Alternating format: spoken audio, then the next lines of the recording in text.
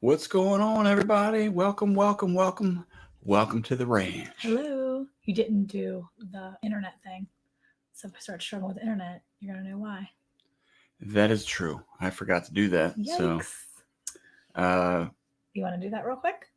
no, Just let's see how it goes. Okay. But we need to be watching the kids, make sure they're not hitting the old Fortnite up. Yeah, we might have to text somebody and let them know. Hey, I know Casey's in here. He is actually. Whoa! So Casey's actually at his ranch, his little farm, and he's at the farm this week, and so he has internet now, so he can actually hang out and watch our live while he's there. Okay. So All right. excited. Awesome. Give us a thumbs up if you hear us okay, especially with Monica, because I just realized that tonight she must be in that mode where she's going to whisper. I'm quiet talking. No, But what you're it not. is You're still talking over me, so that's cool. no, my voice. I didn't want things to change too much. I start losing my voice by the evening. And it gets worse as the evening goes through.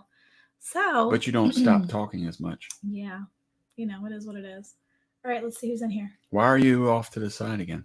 This is where you put me. This is where you put me. I get stuck here to the side because you want all the camera time for you. Definitely. Look how tall I am. Definitely not true. Well, I'm sitting on my butt pad. yeah. So Monica's still dealing with her. So, hey everyone, I want to say hi in a second. So I have to tell you guys the story. Okay, don't worry, it's going to be an interesting story because I'm telling it, not Eric. Anyway, now ready? That's a thumbs up every time you flick your hair. So back in June, I got knocked down. Hey, Bucket List Homestead, thank you for coming. We're going to say hi in a second. I'm going to say hi to everybody. So back in June, I got knocked down by a cow, and I took a pretty hard hit. And Thor Haven says, not in the hot tub yet, but getting there. So I took a pretty hard fall, and I'm pretty sure that I bruised or just injured my tailbone. And so I went to the chiropractor, and that was taken care of a little bit, and that helped. And then it started getting better. And then I want to say back in January or maybe December. Did you want to flick your hair right there? It looked like you wanted to. And then back in January or December, our toilet decided to be obnoxious and overflow. Because, when toilets overflow, it's obnoxious. And when it did, I went running into my bathroom because I watched the toilet flush to make sure. And I was like, cool, it's gone down. Everything's good. We're good. Well, when I left, I went to the kitchen, I went to the front, I let the dog out, I talked to a couple kids, and then I hear water running. I'm like, what's going on? I went running into my bathroom, and when I did, I hit the tile floor portion of my bathroom and slid. And then when I did, my feet went up from underneath me, and I just hit bam right there on my bottom and my back and everything. And so ever since then, my butt hurts still.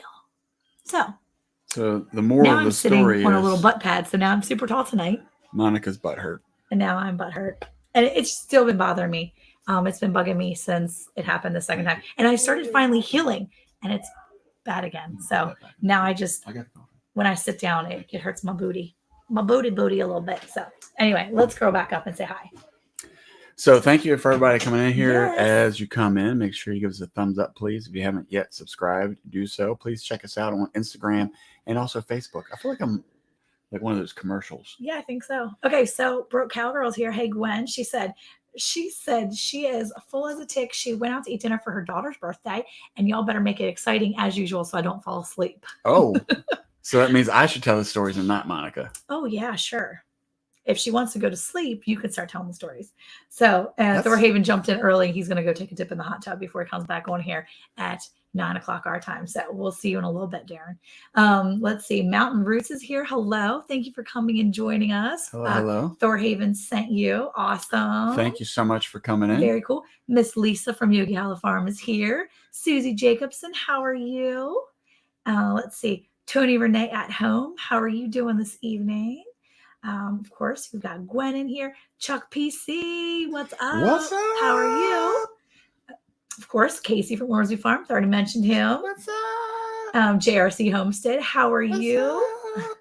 You gonna keep doing that? No. Oh, my chat just jumped. Just went jump, jump, jump. It just jumped crazy. Okay, now I gotta go back and see where I am. You're just a little bit further down. Okay, let's see. JRC Homestead, Yeah. Susie Jacobson, the Yeah. Old Swedes Farm. Hello, Rich. How are you? Mhm. I'm sure Eric's glad you're here, so you can provide any backup if he Yeah. feels attacked by me. I need some support. With Mountain Monica. Roots. Hello. I'm glad you're here. I think you already said hi to them once. I did. Jeannie Lipsky. Nice to see you here. Miss Ann Dale stopped in, listening and lurking. She says that's fine. You can lurk all you want. That's totally fine. Let's see who else. Bucket List Homestead. Yeah, Bucket List Homestead. I think I mentioned them briefly, but yeah. Let's see. It wasn't an appropriate. Ronnie Weaver. Hello. Wasn't an appropriate hello. Yeah. It wasn't a nice. It wasn't a nice greeting. Camp Silky. Hello from Michigan. How are you? What's going on? Very cool. Let's see who else. If I've missed you, make sure you say something. I'm going through the chat over here on my side. Brooklyn's Honeybees. How are you? Hey guys. Yeah. On the night shift, but Saturday got you playing in the background. I hope you're well. We are doing great. I hope you all are doing great over there. Let's see. Garden to Table with Heather Lynn. Hello, wonderful girl. How are you?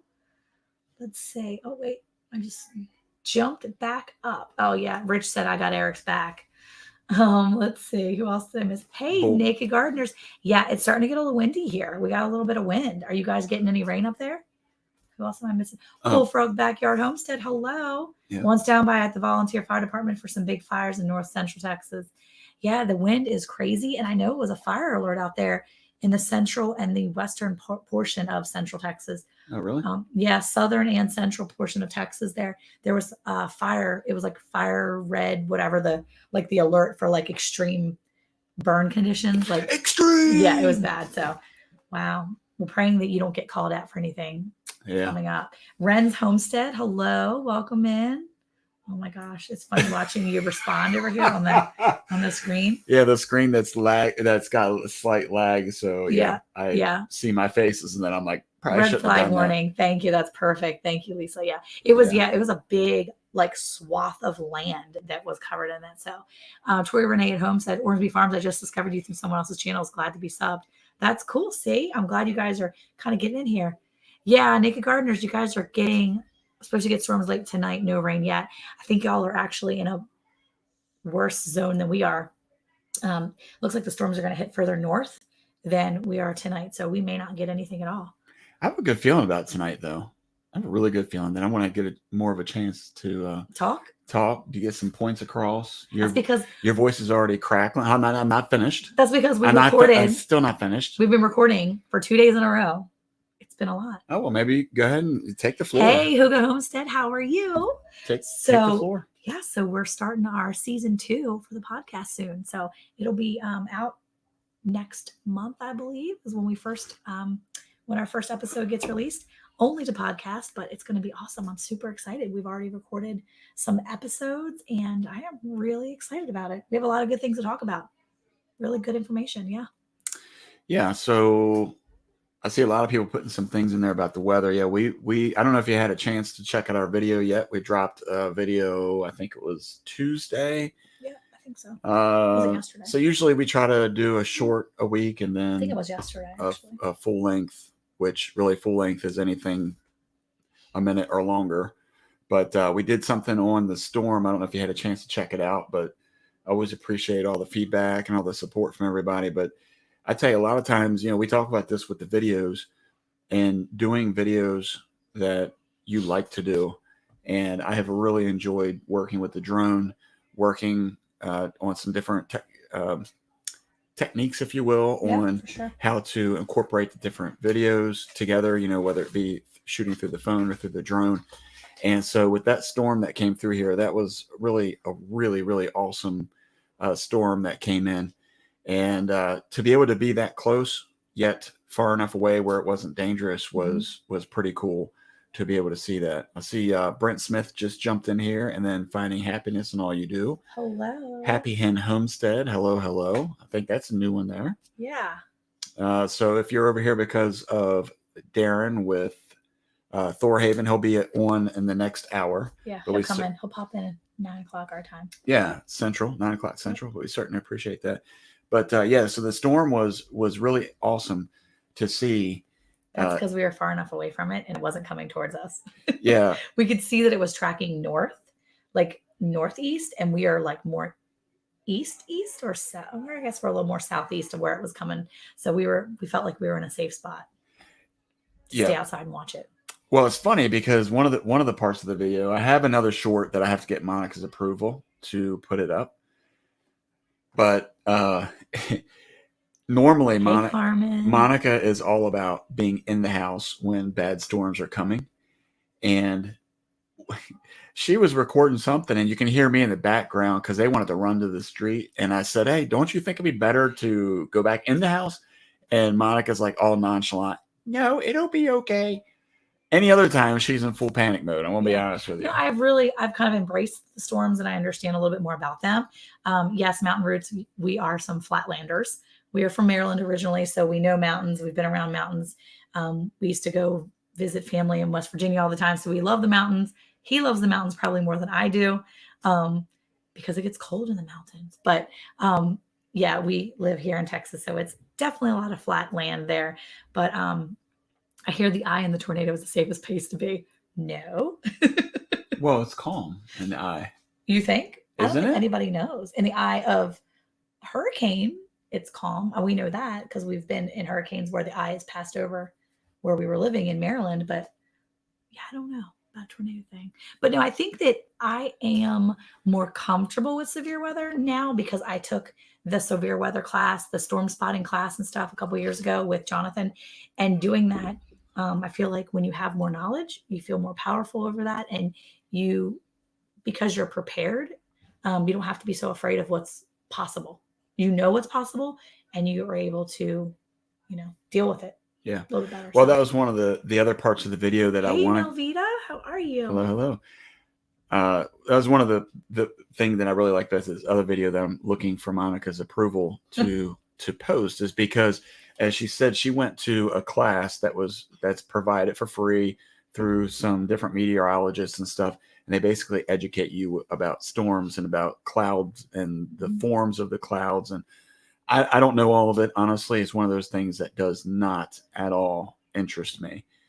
But it was really cool because when everything was up in the sky before it started dropping down, our 13-year-old was watching it. And from the radar on the phone as well. So he was looking at the radar on the phone and watching the clouds move. Yeah, so he's watching everything, and he's like, that has potential to start rotation. And in a few minutes, you saw everything starting to happen. And I'll be, like I said, I'll be honest, when I was shooting the video, Rebecca Davis. It was definitely awesome to see. It was no red. It was exciting, yet I don't know. I think, honestly, I think one of our subscribers, Connor, what's his name? Connor's Curiosity had made a comment on that video that I thought was really telling. And that is about how destructive the storms are, but yet how peaceful they become. And, it just kind of the way that, and I'm not saying it exactly the way he wrote it, but it just kind of what I took from that is to see how awesome this storm is. Awesome meaning like just powerful and yet it's so relaxing. So it's to be able to sit there and stare at something like that. It's pretty crazy. Oh, Rich. Yeah. So as Monica said, maybe. The thing is that as Monica mentioned, we're from Maryland. So up in Maryland, I don't know, my whole life up there, which was 30 some years, I remember like one or two tornadoes, and they were long enough to touch ground and then just dissipate. But down here, I remember the first year, and actually it's kind of interesting how small the world is. The first year we were here, what was it, Christmas Eve that the tornado hit? That was not the first Christmas we were here, but it was 2015. Yeah. But it was a Christmas Eve? It was a day after Christmas. Okay. So the building Nikki Gardner's got hit by that one. I was going to get to that, but thank you for ruining that. Rewind, you didn't hear that. Anyway, so I didn't really respect tornadoes or understand tornadoes until I went to go check on a property that I was responsible for work. And as I was driving down this road, if anybody in here is from Baltimore, I'm sorry when I say this, but as I was driving down the road, I started seeing pieces of trash along the way. And I thought, wow, this is kind of reminds me of being back in the Baltimore area. In the city And area. and the further in I went, the bigger the pieces of trash were. Went from like pieces of paper and plastic to like pieces of sheetrock to the side of a house. And it was just ridiculous to see the power that a tornado has. And honestly, I never respected it until I saw all that carnage. And ironically enough, one of the people that's in here in the chat, they were our guests last week, is the Naked Gardeners, and they actually were in that storm. And they were actually in Rockwall, which is right down the road from us. They were watching a movie, they said, and their house was actually hit, or it was actually their roof just kind of came off and popped down, they said. And but it did a lot of damage. And so, I think it was a blessing in disguise in the end, because they were able to move from that place and go to, their homestead now, which is great. But it's definitely interesting the way that God works things out for you. Yeah, no doubt. But I will say that since I don't see my parents in here, I'll go ahead and tell this story. So if they jump in here, I'm going to stop immediately and we'll talk about weather. No, I mean, like flowers or something. We do not have a storm shelter. We just have an inside room, several. That's it. So that year that tornado came in, I remember, we have the alerts set up on our phones. So we're getting alerts like take shelter, take shelter, take shelter. And we were never in something like that. So we're all kind of like, hey, we got to hurry up. So I call my parents to find out where they are. And they're where every retired person is, I guess, which is Walmart.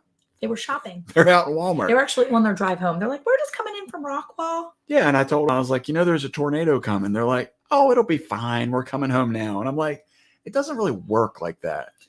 So, it was kind of the role reversal, as a child talking to the parent, I had to, after everything had settled, I went over to their house and I said, how do you know when a storm is coming? They're like, well, we just hear it on the news. I'm like, but you're in your car. Do you listen to the news? No, not like that. I'm like, well, how do you know? So I had my Hey, Liberty, how are you out in the living room? So I had my eldest son, which was like a techie, and I said, give me your phone. So mom gave me her phone, and I said, told Caleb, I said, Caleb, put the weather app on there. So he does it, and she's like, well, I don't know how to use smartphones. And I was like, you set the alert up, it will tell you when you need to take shelter. Yeah. So he puts the app on. And he's showing her how to use it, and it was sweet because it's the grandson showing the grandmother how to operate something. It was just the greatest thing. And my dad, I was like, do you want him to put the app on your phone? He's like, no, I don't want, it's going to drain my battery. I don't want my battery to I don't want to have to charge it. I'd rather die in a hurricane or a tornado or some severe weather event than. I told him, well, that's why you have rechargeable batteries so that, if you get caught up in a tornado, you don't have to worry about your charging your phone. Anyway. So, of course, as he was seeing how helpful a weather app is on your phone, and he's just kind of like peeking over at what's going on with my mom and my son, and he's like, well, what was the app called again? And so that's how we got the apps on everybody's phones. And yeah, this is what it is right here. The Skywarn. It was the Skywarn classes at the National Weather Service. The classes are all over the country and very informative. That's what we took. We took a Skywarn class. It was really awesome. We were, it was free. We just had to drive into town. And it was a nice time for my son and myself because we are probably the most of the nervous Nellies out of that. And we were, it was to the point where I was so scared when they said it was a severe weather day. If they put us in a category 2 or above, just the knowing that we were in that category 2 of possible severe weather that day, I would just not want to go anywhere. I didn't want to go anywhere. I immediately had just starting to feel that anxiety the whole day. So now I'm a lot more calm about it. I still don't like driving anywhere, but I still understand when timing is. And so I feel a bit more comfortable. So. Well, she's so comfortable that even when I'm trying to speak some common sense to her and the kids, fine. They're out storm chasing by foot. We were fine. Yeah, now we're going to get blamed for every time his phone's dead because he's got the weather off on it. Exactly. JRC said, I'm playing Connect the Dots with bruises. My Nigerian dwarf doe decided to be a butthead. She's definitely on the short list for reoming. That's interesting to say that. I was going to ask, the question for everybody and see how do you know when it's time to be done with an animal on your homestead. I was talking to someone earlier about Peter the pig, who is still on our farm because we had three. We had James and John, his brothers, and we had I them. don't feel good about naming our Peter, James, and pigs John after the Bible. after biblical people, especially Anyway, when they were. We had James and John persecuted. processed as well as Mama June, and we got a lot of pork back from them, which is awesome. And Peter is still here. We kept him here. I'm glad we did. I actually had a buyer for him too. I just want to throw that out there. I'm glad we did because he's going to be who will provide us meat come November.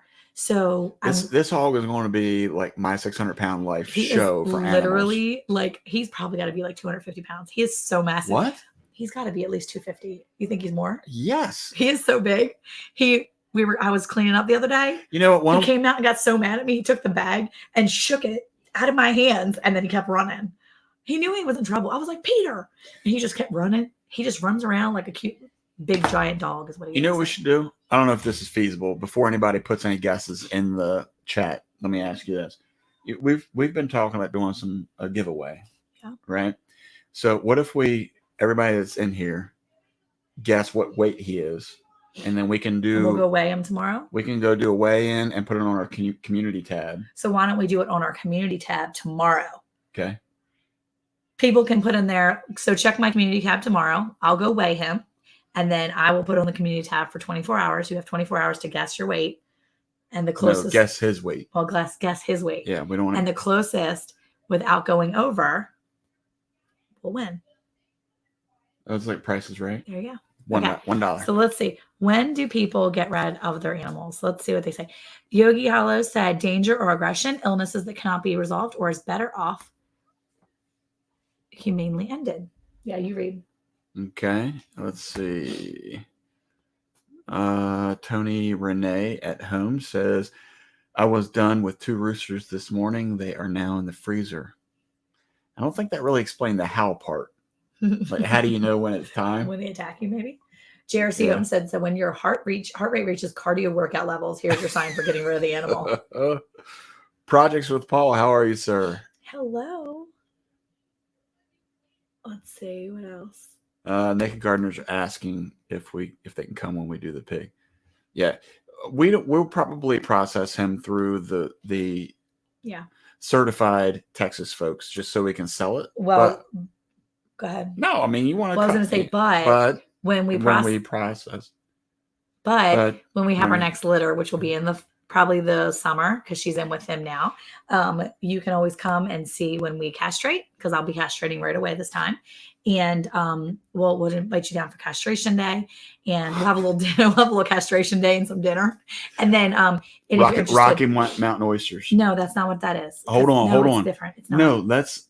And then what we'll do is, hold on. I'm hoping we could do one maybe as a roaster. So maybe we could even. We want to roast the Rocky oysters? No, roast a pig. So we can actually do that. So you can say. What is Sydney? What do you think? Would you try Rocky oysters? That's not what that's not. It's the same thing. No, it's not. It's the same. Ruan says none of her Nigerian dwarf does have ever offered to be aggressive. Do they offer before they're aggressive? Are they like, hey? I'm feeling good right now, but I'm thinking I might be aggressive later. You want me to be aggressive or don't you? That's probably. Hers are so sweet. They're like nice Texas ones. They're like, ma'am, I'm about to be aggressive. Would you like me to be aggressive or how not? do you know if a Texas? That's a Texas goat. They're so polite that they haven't even offered to be aggressive. Wait, who was just saying that one of those was a butthead? Was that JRC? That was JRC, not Bro Cowgirl. Okay. Gwen is in Texas here too. So hers are very polite goats that offer to be aggressive and they haven't even offered yet, which is good. Well, Broke Cowgirl got nice. Half a gallon from 2 goats. Way to go. Well, why don't you put up there so people can see? I'll put it right here. Let's say we got rid of 9 Buff Orpington hens when they wanted to be moms more than lay eggs. We're now at other farms being good moms and sitting on eggs. Oh, that's right. I mean, you've got a lot of hens, so that makes sense. Have you ever just had a broody hen that you made unbroody? But you got a big amount of hens, so I guess you don't need to. They were aggressive to their hens. Too many roosters. Yeah, for sure. Yeah. Our roosters, when there's too many, they got to go. Yeah. They certainly have got to go. We're done with 2 older breeders Click The away. does are smaller. It's just easier to say. And she's getting lazier. The bucks are just annoyed with us now, but we're selling his pets $50 each. Hey, might as well. And we're getting ready to process a few of our. Are you going to try to do that this weekend? Or are you going to wait till next weekend to do that? I can't do everything. Yeah, I have to do that next weekend. Why don't you do it? He says no, he will not. No, he what? Or maybe that's Tori, and she says no, she will not. That Ryan must, and that Meg, must road be trip to Tori. Texas, castrating pigs. Do it before I have a litter. Oh, we'll be doing it. We'll probably have Oh, a litter yeah, if before you- you all will be. If you want to come down, Hey, yeah, Troy, we how can make are that you happen. tonight? How are you doing? Let's see. We've broken a few. Rich ain't got no time for no mama chickens. He has a comfy coop.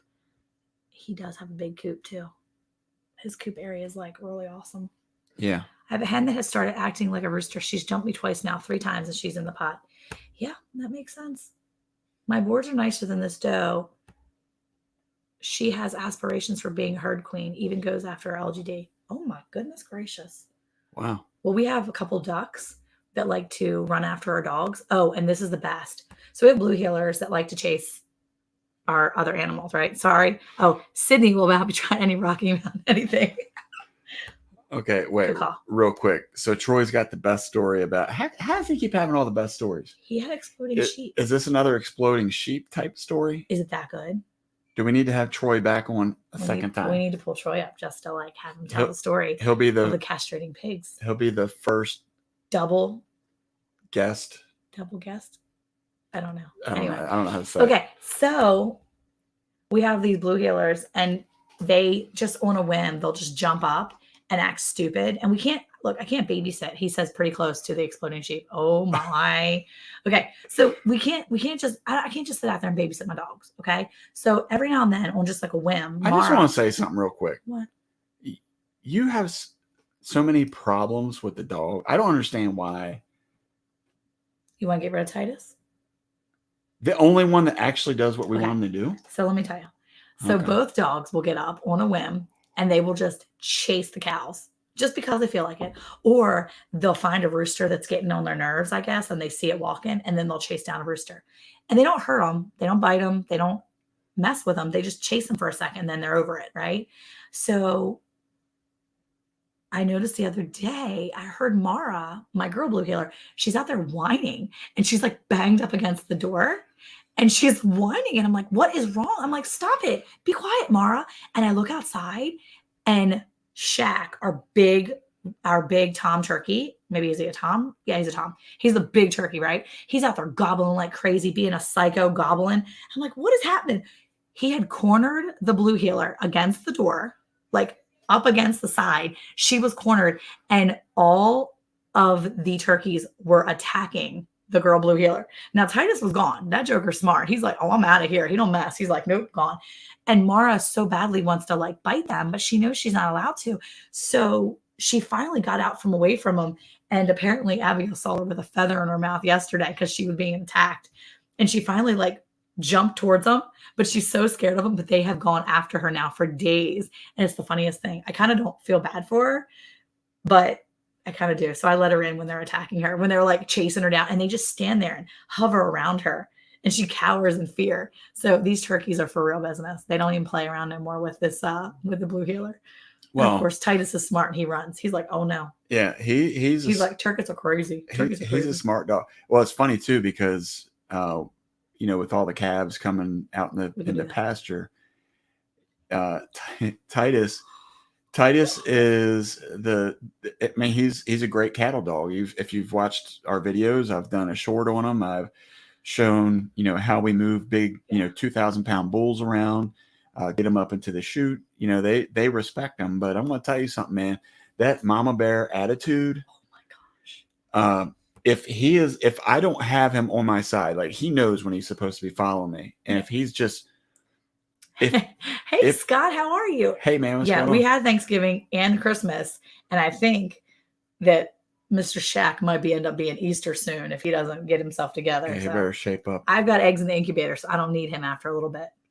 So, so he'll do pretty much whatever I ask him to do, but he also understands like when he's putting himself in a bad spot. So when we go walking out in the pasture, he'll follow just because he's interested to see what we're up to. Because he's a rosy nosy. So we'll get out there, And the one mama that we have, the one with the white face, her name is Birdie. And every time she sees Titus anywhere, Mm-hmm. if he's not trying to hurt her, and I guess she can tell too, so he will walk and he'll stop and she'll stare at him and they'll like eye each other up, and then Yeah. she'll kind of start walking towards him and then make like a quick do like that. She messes with him so bad. And he'll just like keep backing up. So it's kind of funny because she's not the largest one we have, but Birdie? it's weight wise. She's huge. She's tall. Yeah, but she's not as heavy as Solomon. The lady on the road has collies that she does sheep trials with. So cool to watch. Yeah, it's really cool to see the dogs doing what they're supposed to do. Mara doesn't do that too much anymore. She'd be a really nice house dog. House Anybody dog. wants a house dog? Yeah. Anybody wants a sweet, older now, because she's sweet. She's just older. It depends on what you think is sweet. She'll be 8 this year, and she's very sweet.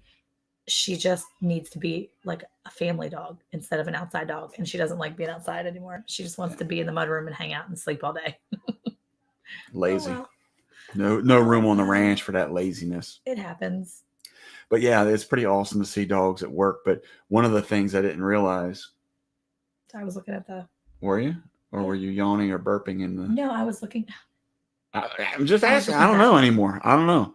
I have like this expectation level of what we should be doing on the screen, but you're. No, I'm looking at the words on the big screen. Okay. Well, don't say it like I'm out of line by saying something like that. Okay. Anyway. Lisa wants the boxer. She can come down and get her. No, please. Anyway, but yeah, what I found was what I didn't know was the blue heelers are pushers. Like they are good at pushing down shoots and things like that. They are not. They're herding dogs like collies, especially border collies, where they kind of like do this pattern where they're working back and forth.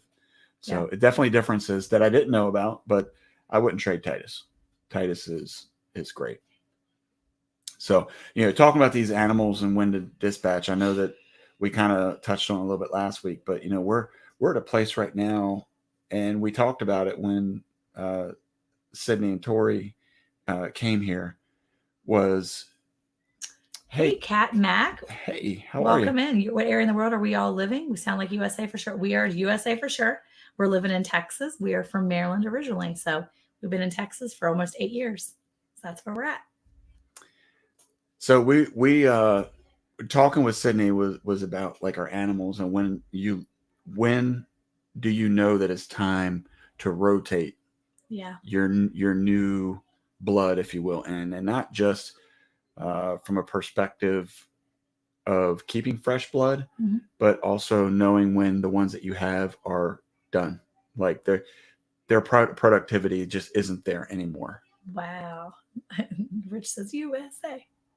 Look at Troy said our collie mix used to grab hogs by the snout and hold them for us. That's crazy. That takes a special breed there too. I've come to respect a lot of those hog shows I used to watch when we were not farmers. What hog shows were you watching? It was the American Hog Hunter. Oh, that's one of them weird shows he'd be watching. It wasn't weird. Eric could be going on. You'd be going on like Netflix and all those. It was on like streaming apps. What was it? It was on A&E or Discovery. He's watching all those like Discovery and A&E, watching all those shows. Yeah. He's like, I know all about gangs now. I watched the prison gang show, Monica. They have this tattoo and it looks like this and this. And then now he knows all about hog hunting. He knows about all these things. He wants to live in Alaska because he watched Alaska: The Last Frontier for like 4 years and all these Alaskan shows. See? Yeah. But okay, watching all that he stuff. binges all that. And then that's his life now. He wants to do it. Okay, but watching all that, has it helped us living like this?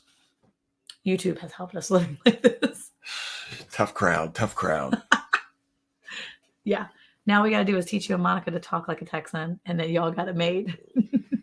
Hog Lady's Gone Wild on MTV. Yes, that's exactly what he's been watching. Rich. Is that a real show? Hey, Connor's Curiosity. No, wait a minute. I don't know. Do you be watching MTV? Is that a real show? No. Rich be watching MTV. I got to look it up. It's not. Are you sure? It's not a thing. Give me my phone. Oh, my gosh. Rich, is it a real thing? She said, I need to know. Lisa, it's not real. Inquiring minds. He's a jokester. He's a jokester. Bucket List Homestead said, oh, Cat Mac lives in Phoenix now. Oh, and Gwen says cows check their teeth. So you'll know when to get rid of your cows by checking their teeth. Yeah, we actually did a video on that. Yep. But it's Bucket List Homestead lives in Canada now too. it's one of those things that you can look at. The interesting thing though, when you're looking at cows or you're looking at all these other animals, if you don't raise them the way that, like for cows, for example, it's hard to find a lot of good information out there with grass-fed only cows. When you only have grass-fed, their bodies age differently. Yeah. As a matter of fact, even from a heat perspective, the females will go into heat later, so it gives them time for their body to mature. Yeah. So we only do grass-fed. We don't knock people that do grain-fed and things like that. To each their own. It's just what we prefer. And that said, everything's different. Looking at the teeth is a great idea, though, and I think that we have the video on that one, but we also we check our cattle's teeth often, and it's one of those things that you can definitely tell. We could see body style wise, some of the ones we have that are older are aging, and the teeth give away a lot of that as well. But you can tell from the body style and just knowing your animals. Let's see. What do your teeth look like? Wow, I need to figure out exactly how old you are. Connor says they hunt feral hogs from helicopters. Yes, they do. We've seen Eric's watched shows on that, so he wants to fly helicopters now and hunt hogs. I'm sure. We have a pug. He's called Frank. Aww. Those are the best. They're so cute. Human names for dogs are great. Yes, it is. What was the name of the dog on? Wait, what did you say, Rich?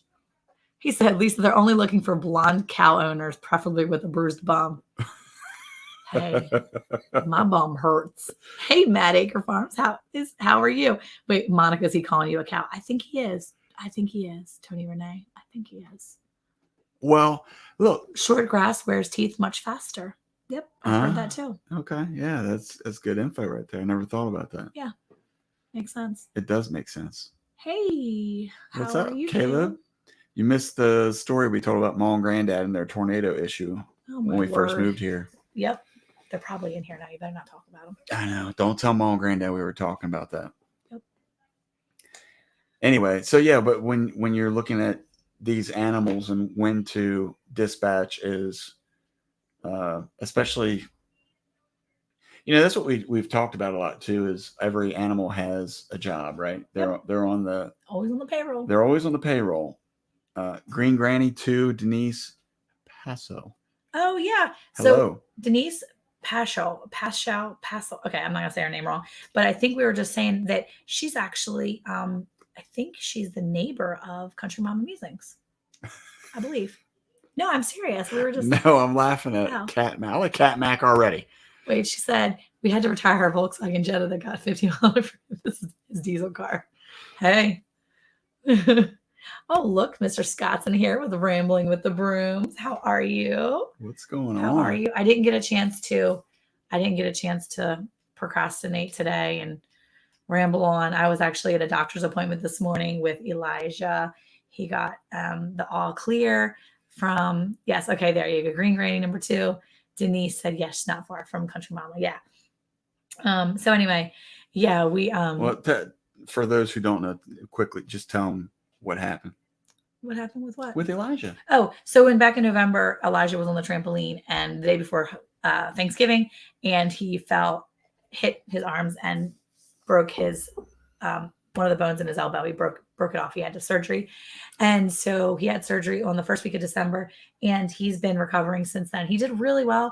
His scar looks great. Everything is healed, and today we went in for just a checkup to see how he's doing, and just to go see the occupational therapist to make sure that he is healing well and that his range of motion is back. And after 2 weeks of intensive, doing a lot of pushing on his arm, he is back to basically full range of motion in his full extensions and all the flexes and everything he can do. He's got the range of motion there. Now he's just got to work on the strength. And so he's healed. And she said, and this elbow is healed the same as the other one. And so if you were doing anything at all and you fell and you slammed both elbows down, they were both going to be equally as strong. And so you're totally fine with that. So I'm really happy that he's doing so well. And so, yeah, the 10-year-old got cleared to kind of do whatever he wants to do now with, as long as he's comfortable with it. So Yeah, that's a blessing for sure, Yeah. because it was destroyed. Like when they first told us what they were going to do to surgically repair it, it was one thing. When they got in there, it was worse than they had anticipated. Yeah. He said they ripped it a lot further and that he was super close to actually completely like dislocating it and actually popping it completely out of socket. So really, really blessed that he didn't hyperextend it or whatever.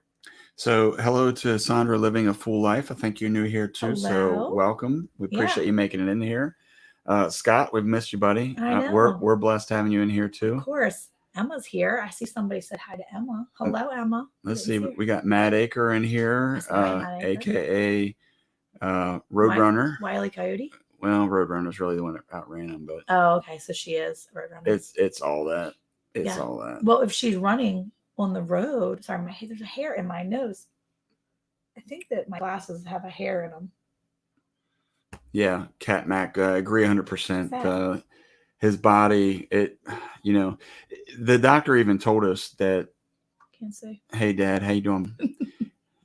Glad we got that story out of the way earlier. Yes, he's healing wonderfully. But yeah, it's amazing because. Yep, Chuck PC. When they first did the surgery, they said that was the easy part. The hard part was going to be the recovery and the PT that was going to be involved in trying to get his arm to extend and then retract. Yeah. So everything's going well. Oh, thank you, Emma. I have the circle of doom right there. I look like an alien. Oh, because Eric's bright light. So how are everyone's seedlings doing? Good topic, because I wanted to ask about that too. So thank you, Emma, by the way. Yeah, my seedlings. I put some broccoli and I'd started some seedlings, and I'll tell you what, my seedlings got leggy so fast. I wanted to put my lettuces outside today, and then I realized that it's going to get so windy, possibly for hail, all this stuff. I'm like, no, I'm not doing that. And then I heard that it's supposed to like get really cold again before the end of this month, and I'm like, oh, really? Yeah. I was going to pull all the firewood out of the house. No, I think keep it around just for another 2 weeks, because okay. I think winter may have a quick day comeback. I think it's going to come back for a day or so. Awesome. Possibly before the end of the month, and then it'll be done. So I may be planning all my outside stuff like April 1st. So I see Broke Cowgirls talking about putting all of her peppers in and stuff like that. Was that her last week that had all the tomato plants in? Yes, I think Broke Cowgirl, you were the one with the tomato plants, right? I don't know. And we were talking about putting buckets over it. Yeah. She said she dug it up and brought it in. Yeah, I mean, man, stone packs are just and we talked about this last week too, that you get that itch, right? Like you get that warm temperature and you're like, I got to go. Do it. I got to go do something. Or you feel like you're just sitting around not doing the right thing by not planting. Yeah. But I feel like it's always, I don't know, man. It's just, I don't know. It's like a anxiousness or a stress, if you will, of worrying and wondering whether or not the temperature is going to drop again. Yeah. Well, I've got some really big butternut squash seeds that I put these, I planted 4 butternut squash plants in these bigger pots, right? They're massive already. I was flipping out last night looking at them. The roots are actually like growing up at the top. I'm like, oh, they're going to be root bound. I need to move them. So I think I'm actually going to put them in a bigger, what are you looking up there, by the way? That was like 3 minutes ago. I know. I just watched it on the screen. Anyway. Well, because I was looking at Bucket List Homestead, and I think she said she was in Canada, maybe Ontario, that she said somewhere in the chat earlier. But I was just trying to figure out exactly where that was. Oh, I can send you some, Yogi Hollow. I can send you some, Lisa. I got a packet at my feed store last year, and I like to hide things from myself. Some people might think I misplace things. Or hoarding. I don't. I like to hide things from myself. Yeah. And so I hid some seeds from myself last year, and I found them this year. Did you hide them from me as well? I hid them from everybody. So I was really excited that I got to find them. You found them from yourself. I found them this year, and it's a seed packet. And I was like, oh my gosh, are these going to even be any good? Thankfully, I hid them in a dark place So it was good. And so they're fine. And I planted 4 of them and all 4 sprouted. So I was really excited. So I'll send you some because it's just Oh, like a those packet are from the those feed the store. big ones? The really big ones, yeah. Butternut squash. I'm super excited. Those And are I'm big. like, dude, I only planted 3. I planted 4. 3 of them are big. One of them's kind of smallish. So I'm thinking I may plant a few more because I really like the butternut squash. 7-pound butternut from last year using those replants, see if they get big. Yeah, that's so cool. I was really excited. I got them from the feed store and I'm just really excited that I found them. So yeah. Oh, wait, Jamie said our seedlings are doing really good. Peppers, tomatoes, and okra. We are excited. We also planted passion fruit seeds indoors and they've started to germinate. So really excited about that. That is really cool. Yeah, so I feel like we were in the MIG grow off, It is not which is not over yet, but we definitely felt that we were underperforming, I guess. But again, learning that this is new for us to be able to seed things in the house and to grow them. Grace and fire. And I'm going to tell you, it was like as soon as we shot that video of the update, Monica went and did, what do you call them, those little. I did the little 72 trays with the little pods where you put the water in them and they expand and you just pour the water in them and they expand and you can put the seed pod, like little pods. I don't know what they are. Anyway, I planted a bunch of them. Dude, yeah. And in like 2 days, they sprouted under so the awesome. grow lights, dude, they were taking off. Yes. And so I noticed today, did you have the cover off of them? Because last night, I took the cover off of them yesterday and yeah, they've done really well. Hey, Life with Belinda and Chuck, how are you? And Grace and Fire, I think I said hi to you just now. I wanted to make sure I put it up there, but I didn't want to. So broke cowgirls on our second round of seedlings. Is this because the other stuff froze or got damaged, or is it because you have it like this is true planned out? Hey Sharon, how are you? Hey Mom. Carmen said it wasn't my fault. I had a naughty bunny. That's true. Michael got away with a lot.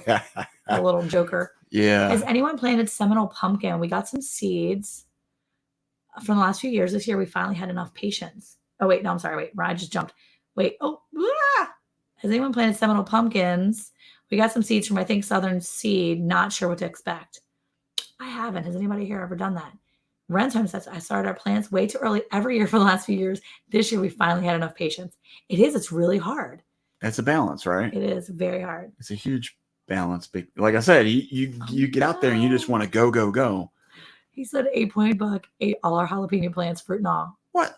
I hope you said goodbye to that buck and put him on your wall. I'm sure it wasn't seasoned. That's the way it usually works. Stinks. We have a tomato plant from last spring that survived the winter and gave a tomato this week. Not cherry tomato. That's awesome. Well, it's funny because I was in the greenhouse going through some of the old like wrecked plants. And it was so cool because Tori was like, when she was here a couple weeks ago, she was like, oh, I see a bunch of seeds there. And I'm like, huh, good idea. What? I didn't hear you there. What was that? Your voice just disappeared. I was like, huh. Good idea. Anyway, I was going through there yesterday or the day before, and I found a tomato, like still red, on a completely dead plant. Just red, still firm. It wasn't all wilted up and gross. It was just there. Did you eat it? No. Why? Because I wasn't eating it. It wasn't good looking. It was like, you just talked about how pretty it was. No, it was I said it was and red. It was red, but it wasn't like bright red, like pretty red. It was kind of like red. Hey, doing better with Mariah. How are you? Yeah, the DFW weather is ridiculous. It is crazy. Oh, you have Seminole pumpkin seeds in your Etsy cart. not in your actual garden. It's in your Etsy cart. Has anyone trellised pumpkins before? Thinking about giving it a try, so I wasn't sure what variety to use. Saw something online that showed large pumpkins being trellised. I have not. Let's see. Found someone giving away butternut squash plants. So stoked. Awesome. Well, I'll say that we did like the trellising for the watermelons last year. We did. So I don't know how that worked for the little sugar babies. Yeah. It did work for my sugar babies. Watermelons are not my friend. I would crack open a watermelon. It would be pretty much white the entire time. It was ridiculous. Yeah. Absolutely ridiculous. Connor said that buck got a firm talking to. Oh, okay. So maybe he did. Or maybe it was at a distance, like a firm yelling. Like, get out of my stuff. Do that again and see what happens. Yeah. He said they're good in Florida, thus the name, not an orange jack-o'-lantern pumpkin. I think it's all for eating, not carving. Yeah, maybe they'll be good for... Oh, Jesus Loving Homesteader. No, let's see. Yoga Holly Farm says, no, Jamie, but I've seen people sling them on the vine. Oh, I thought she was going to say sling them in the thing they do in Pennsylvania, that pumpkin slinging thing. Oh, the pumpkin. What's it? Oh The man, chunkin' pumpkin. there you Pumpkin go. chunkin'. There you Yeah, go. there you go. Yeah. Oh, okay. So Old Sweets Farm says get supports if you want big pumpkins. You can trellis your sugar pie pumpkins. There you go. I should have thought Gwen did. You know, She that's seems like a pretty avid gardener enough to know what would trellis and stuff. well, as if people have seen on some of our videos where we partner with the local pumpkin patch here, man, we get so many free pumpkins that we can do whatever we want with. You know, Luke usually makes a homemade pumpkin pie for me around Thanksgiving. Yeah. I don't know. I mean, people out there listening, I mean, how much do you use pumpkin outside of like making pumpkin pie? I think it just depends on how much you enjoy eating pumpkin, because you can't really can mashed pumpkin while you can, I'm sure, but there's something about the density of it and making sure that it all gets at the high enough temperature so you can chunk it up, put it in cubes, and can it that way. I think it's just I don't how know. much I mean, you like pumpkin. I don't like pumpkin that much. what do you do with pumpkin? Yes, we could have, Darren. We could have. Yeah. Yeah. But what do you do with pumpkins? Hydroponic pumpkins. Ooh. Are you listening to me? I'm not. You're not even listening. What do to you me. do with pumpkins? Well, yeah. I mean, what do you do? Your mom just said slinging pumpkins will be fun. Right. So we feed them to the animals, obviously. Yeah. And we make pumpkin pie. Pumpkin pie. I mean, you can make like pumpkin fluff and some desserts. Make pumpkin bread. I mean, it's a good. I feel like it's seasonal. I think it is seasonal because I think that the government and society has made it seasonal. Whoa, okay. We don't need to be shooting. Society has made it seasonal. Settle down. Starbucks has made it seasonal. This is an encouraging Walmart, channel. This is not meant to be shots fired type episodes. Yeah. Pumpkin, canned pumpkin in cubes. Yeah, pumpkin, oatmeal smoothies, cookies, muffins, cupcakes, cookies. Say Tori Renee. All right, well, you must like pumpkin.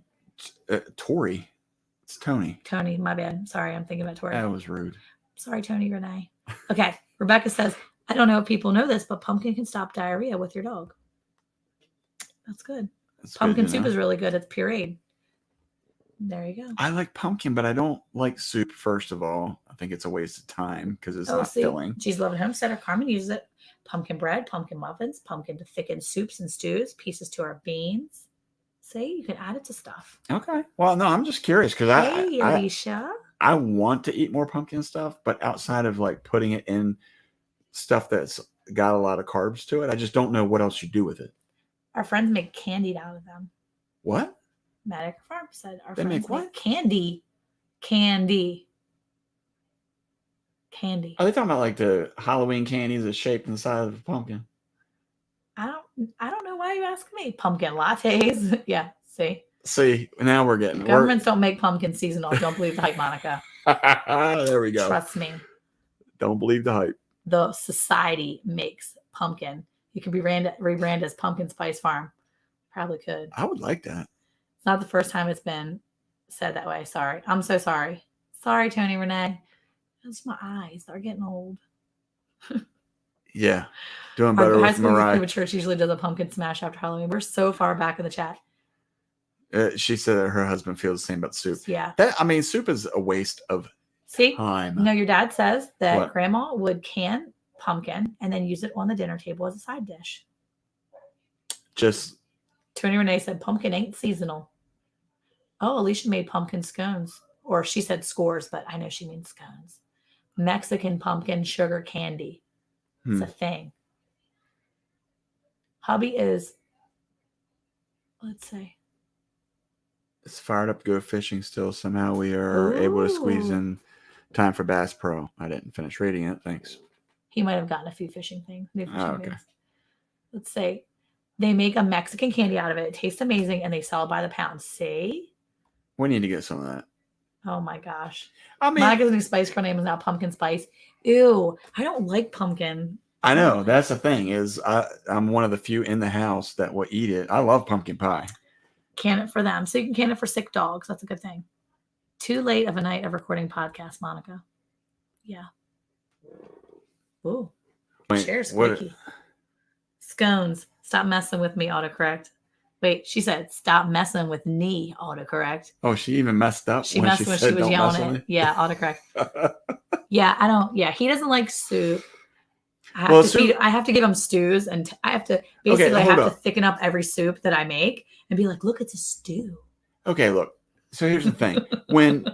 If you make a Hey, soup, Frenchie, how are you? if you make a soup and you're hungry 20 minutes later, what is the point behind that?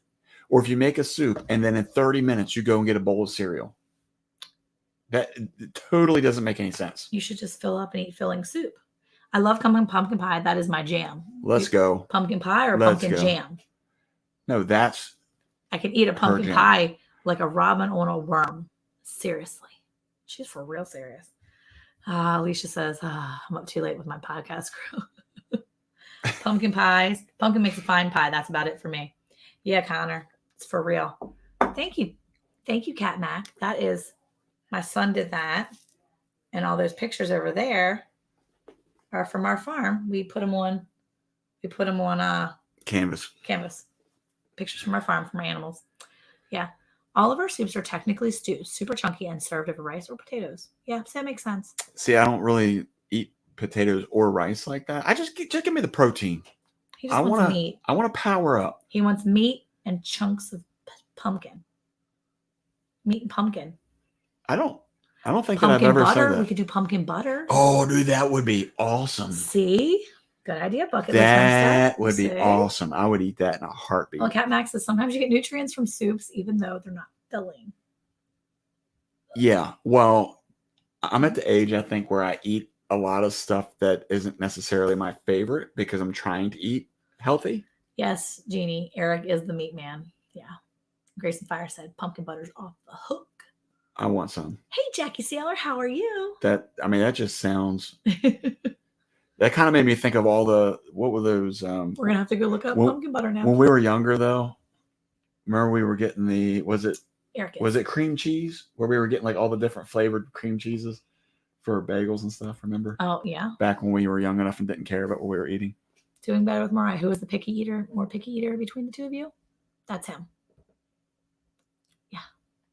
Monica spoils her picky. Wait, what? Yeah, for sure. I'm picky? You're not picky. You're choosy. You choose what you... Don't I eat... If whatever you put in front of me, I'll eat, right? Huh? Yeah, but I don't put things in front of you that you don't like. Oh, wait.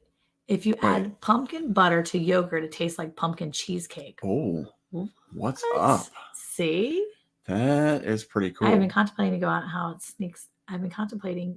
and how it sneaks into older life.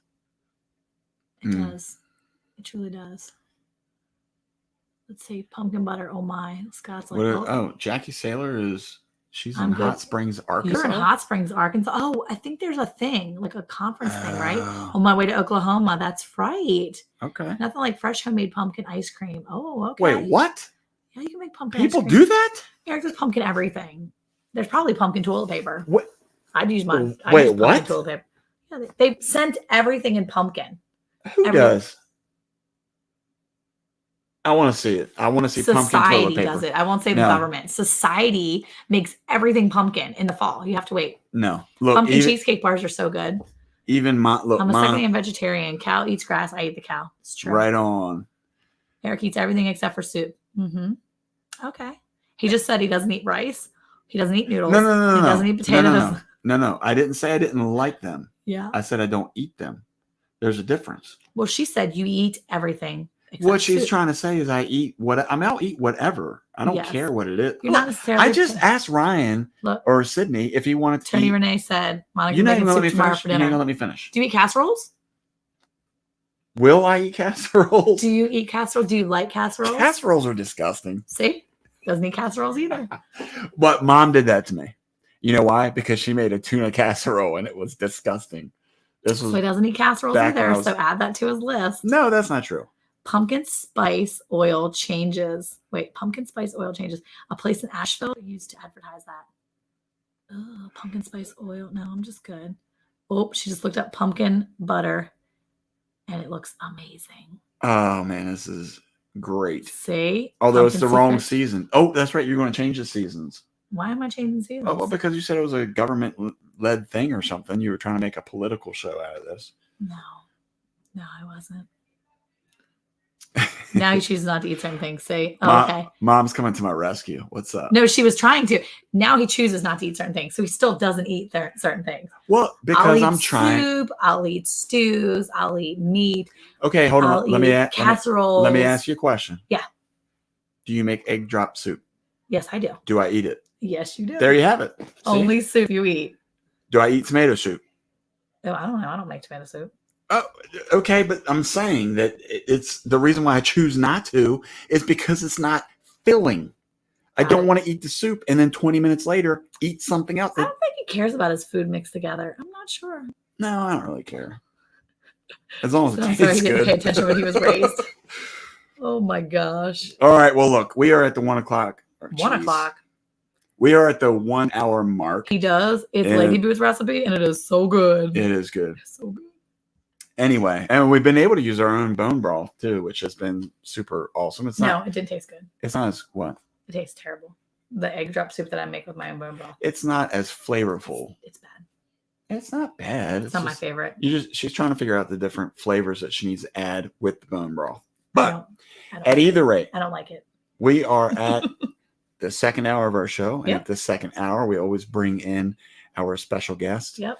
And tonight we have a special guest from Quebec. Quebec. I don't know if Quebec. he's laughing, so I probably didn't even say it right. You said it so wrong. Did I say it wrong? Probably. I would actually prefer to hear his fiance. I'm not going to say her name because I'm going to screw it up so bad. Because I want to say Bridget, but it's not Bridget. It's like Brigitte. I can't say it. So anyway, yeah, I want to hear her say that one. She says it the best too. Yeah, it's like Quebec, and I even screw up her name. I always, so it's like I try to say it's Brigitte, but I'm always like Bridget. So, yeah. But dude, I'm right there with you with the casseroles. Like my mom screwed that up for me so bad. I always call them concoctions because it would be like, she'd throw some leftovers in there and some other stuff, and it's just like, what is this you're making? Why are you making me eat this? And honestly, it's like what is that one thing called? The shepherd's pie or something you make? I love shepherd's pie. Shepherd's pie is good. Yeah. So, but it's made in a casserole dish. So he's all like, No. I will eat it because it's good. But again, my mind always goes back to the tuna casserole that my mom made. Oh, yeah. And it was like the canned tuna, I guess, and then she threw maybe some cheese in there and some barf or something. I'm not really sure exactly. She put barf in it. What was something? She just straight vomited. Oh, it's disgusting. Yeah. And I mean, it's like my mom. She would hide stuff in there too that she wanted us to eat, but didn't want us to know we were eating it. So, this is good for you.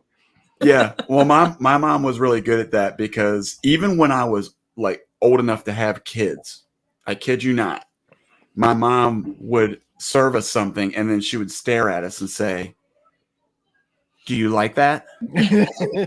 And I'm like, yeah, it's pretty good. I'm just eating it. And she would say, "It's got onions in it or something," right? And I'm like, I'm not 10 anymore. I don't care if there's onions in it, but yeah. Well, I think, okay, wait. Okay. Me and you, Acres said, ask Darren if lasagna is considered one. No, lasagna is not a concoction, but me and you, Acres makes a kick. But lasagna, when she doesn't leave it in the oven too long.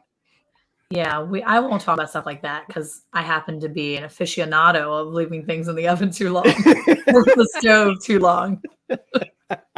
I just want things done right now. So if I put something in the oven, I put it on 450. And if it doesn't cook at 450 properly, that's the fault of the oven. It's not my fault. Well, look, so our kids are trained. So they know that when Monica is making dinner and she walks out of the kitchen, someone needs to then come back in the kitchen and sit at the bar top and just kind of like watch and wait. Because there's been so many times where she comes out and she's like, something's burning. I knew I shouldn't have walked out of here. I'm like, you turned it up to like 5,000 degrees. What did you think was going to happen? I'm not sure if Bridget's listening, but the odd time I've got to keep an eye out for her stuff too, because in fairness, she has so much on the go. Like, she has to look after me, the kids, dinners, laundries, clean the house, the animals. So sometimes, stuff will be left on the stove a little too long and it needs stirring or needs to be turned down or so. Yeah. My mom actually, she remarried right the same year we got married. And her husband is quite a few years younger than her. And he's like literally the nicest guy. He's so nice. Like my dad would have straight up told my mom, this is burnt. Let's make it over. No, her new husband. My stepdad is so sweet. My mom made this big pot of green beans about a year after they were married. And she had burnt the snot out of this. These beans hard. And Jeff, oh my gosh, bless his heart. He is eating and he's like, they tasted so good. They taste like the smoked beans. I'm like, smoked because they were on fire, man. He just goes on and on. Oh, she makes the best beans. And I'm like, no, she straight burned them beans. And he just, to this day, 25 years later almost, he will just talk about how my mom's the best cook and she made these smoked green beans. And I mean, he loves her so much. Instead of seeing burnt green beans, he saw smoked green beans. So I thought he had bad eyesight, to be honest with you.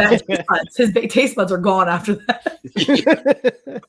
That poor guy, he didn't know what he'd been eating for 25 years. But our taste buds do change as we get older. It's crazy. Yeah, for sure. As a kid, I was like, oh, there's no way I'm eating that. Now it's like, yeah, give me some more of that. So, except for tomatoes. I'm not a fan of tomatoes. They're just not done growing on the inside. The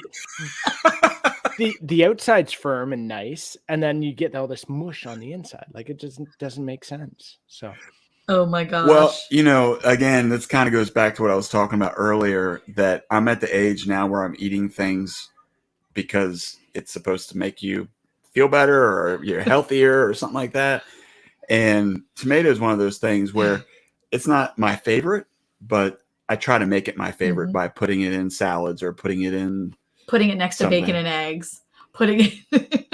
He's like, here's some eggs, here's some bacon, and here's a big chunk of tomato. And I'm like, all right, sounds good to me. Because you would not have caught him eating tomato 5 or 6 years ago, just eating a sliced tomato like that. Maybe when we were in West Virginia at his grandmother's house, but not at my house, not at our house, eating tomato just because. So he'll do it now. If you cut it up and put it in a salad or something like that, then I'll eat it with the rest of the stuff. But like when people have slices of tomatoes or a tomato sandwich or something like that, I love it. Count me out. No, see, I'm all over that. That's my favorite. We grew purple Cherokees a couple years ago for the first time. And when he was trying the tomatoes, if you've never tried a purple Cherokee, it is not as acidic as a normal tomato. And I'll tell you, he was just like, this is really good. This is almost like sweet. What is it? I'm like, it's a purple Cherokee. And so we've tried to keep growing those each year because that's probably one of his favorite ones. And he just loves it so much because that's the one we'll slice up and put on the table. And even the kids will eat it. So we found it's not the taste. It's just the goo on the inside. It's all the mouthfeel. Yeah, exactly. Yeah. Well, so I work with a guy, and I don't know if he's in here, but if he is, forgive me. But it's like the guys that, everything has mouthfeel with this guy. Like he won't eat anything like a grown-up would eat. If it's not sweet or if it's not meat, he doesn't eat it. And I'm like, dude, I don't know I don't know. It goes back to the question earlier about who's pickier. I don't think she's picky. I don't think I'm picky either, but apparently she thinks I'm picky. I said if he had to choose which one was pickier or, more selective in their eating, it would be him. Because I'll eat whatever. I'm the person that'll eat. I like soups on a hot day, but I'm with you on the casseroles. See, I'll eat soup any time of year. Well, I don't have to, I can make chili in the dead of summer. And he's like, you can't make chili in the summer. And I'm like, why not? It's chili. I eat chili all the time. What are you even talking about? Yeah. But in the summertime, it's always do you guys add beans or no beans? Oh, good grief. No beans. So I don't. My children eat beans. The rest of us eat. There's a selected portion here that do beans and no beans. I actually make 2 pots of chili. Hey, Hacker, I make 2 pots of chili in my house. No joke. One of them has beans. The other one has no beans. And the only time I'll eat beans in my chili is when my dad makes my chili, because my dad has this insane magical brew of chili that he makes. And it's like, I can't even touch it. There's nothing I can do to make my chili taste like his. And it's so good. And there are these beautiful dark red kidney beans, and he just cooked it perfectly. It's the best. But that's the only time I eat beans in mine. Yeah, I'm not a big bean person, but if there's any other people in here that are from Texas, this is like a thing down here where they will argue. They will fist fight you for beans. What a real Texas chili looks like. Yeah. And what's funny is I've talked with real Texans, meaning they were born and raised in Texas. And I've talked to some that put beans in it and some that do not. But they'll badmouth each other. They're like, well, they're not real Texans if they're not putting beans in it. And the other one's like, well, who puts beans in their chili? Nobody does that. So do you eat beans or no beans, Darren? Beans. Gotta have beans in a chili. What kind of beans do you put in a Canadian chili? Kidney beans, red kidney beans. That's it? Nothing else? Not usually, no. Usually just that. I think if Mom's in here. You're from the East Coast. You're from the East Coast, Carmen. See? Yeah. You have no say in this. Yeah. We're talking to real Texans here, Carmen. Get out of here. Oh, JRC Homestead says, no beans, y'all. So, yeah, if my mom's in here, I'm curious with her chili. I feel like she puts like Great Northerns. Great Northerns. Yeah, there you go. Okay. Yeah, she would use a Great Northern, like the white beans, as well as the light red kidney beans, because there's the skin's a little bit more, I guess, thinner than the dark red. So yeah. So if you put beans with meat, what do you call it? I don't know. Beets? Is there a joke in there? I don't know if that is. No, I'm just wondering because they go well together. Chili. So I'm not sure why. If you have it in there, it's called chili. Beans and meat is chili. Oh wait, so me and you, Acre says I use the beans mix or black beans. Oh, black beans are good too. I've done that before. Kind of cool. Yeah. What's ZZ? What right there? Billy Gibbons from ZZ Top said no to beans. He is the definitive word on Texas and beans. Oh, okay. See? Oh, wait. Ren's Homestead said, gotta have beans in the chili. # more is more. And Cat Max says, I love chili with beans, but my Maryland guy says no bean chili. There's a lot of split here. So I want to say, how do you guys eat your beans? We don't eat beans. The only way Eric will eat beans is if they're smoky if her mom's making them. The only beans Eric will eat will be green beans, or he'll eat refried beans with his tacos, burritos, whatever he's eating. If he's eating Mexican, he'll eat refried beans. Refried beans, yeah, for sure. That's the only way he's eating beans here, really. Just because they'll eat baked beans. They'll eat, some black beans with tacos and things like that. So they will eat beans sometimes, but for the most part, we just don't eat beans. Okay. We just don't. We keep them though, in case of just in case, everything goes to pot and we have to have beans. We're all going to be eating beans and going, we're eating beans. Well, we love it. We better hope there's not. I'm going to be kicked out of Texas. No. We better hope there's not a toilet paper shortage though. We actually have extra toilet paper just because we have extra beans. That's what I've been doing. Oh, I see. Every time I buy more beans, I buy more toilet paper just in case. All of our tummy's going to be hurting so bad. I want to say real quick, everybody in the mods in the chat, just relax. Let's enjoy our time with Thor. With Darren. I wanted to surprise you. I had Nightbot set up and I was super excited. And I asked Lisa, I'm like, do I have to set it up on all the computers? And she's like, no, it's good. Like literally Nightbot didn't come up. He didn't show up at all tonight. I'm really upset because I thought I set him up really well. And now he's not here because I was going to keep, it has it scrolling. It was going to scroll with Thor Haven Farm. Like every 5 minutes in the chat, it was going to bring up your click for here's our guest. I was super excited. I had all these things and I was going to surprise Eric and nothing. Oh yeah. Make sure you get pumpkin toilet paper. Yeah. Everybody, the pumpkin spice is everywhere. It's so gross. I mean, I'm sure it would be easier to make than hemp toilet paper, probably. Maybe. I think there's less processing involved, isn't there? Could be. I don't know. I have never known anybody to make any toilet paper, especially pumpkin toilet paper. The pumpkin peel though is They very make pumpkin everything in October. See, I'm telling Okay. you, October they probably was the only time they make pumpkin toilet paper. I bet Exactly. you they have pumpkin It's toilet like paper special somewhere. edition. Yeah, it's limited, just like the Cheerios and all the other junk they make in October that actually comes out now because people in society believe fall starts in like July. Can you settle down? What is when wrong with you? back to school shopping is July. The kids have been out of school for like a minute and they're back to school shopping. Parents are like, let's get it on. And I'm like, dude, your kids have been home for like a week. Settle down. My kids are home all the time. Okay. It's not that exciting. Although I do like me some paper and pencils and stuff and crayons. Okay. For real. Give your seasons a moment. Yeah, exactly. Mountain Root said, just grab you some leaves or corn cobs and it's all wipes. It all wipes. It does. It all wipes the same. Exactly. Oh, Mop in a corn bucket. cobs. Yeah. I don't know who came up with the idea of using corn cob. I was actually watching a video the other day. Somebody that had a dingleberry, probably. They had an itch, I guess. I don't know. They had an itch. I mean, I'm just so confused. Like, who came up with that idea? They're like, well, this is rough. Let's try this on our booty. This would probably feel great. Someone that obviously hadn't broken their tailbone, that's for sure. Oh, jeez. Look, Ryan wants to make chili now. I don't know. It sounds a lot cleaner though than what they used to do. With I was watching one of those documentaries, and they're like, yeah, the Romans used basically a mop on a stick, and it would sit there beside the toilet, and you swish it around a little bit, and I'm like, so how often did those mops on a stick actually get cleaned or rotated? Or oh, that's not good. I could imagine having your kids on that duty. Well, no pun intended. On that duty. No, but could you imagine? It's like once you use it, you're like, that wasn't clean. Jonathan, did you clean the mop head? Yeah. Yeah, that's gross. I don't know.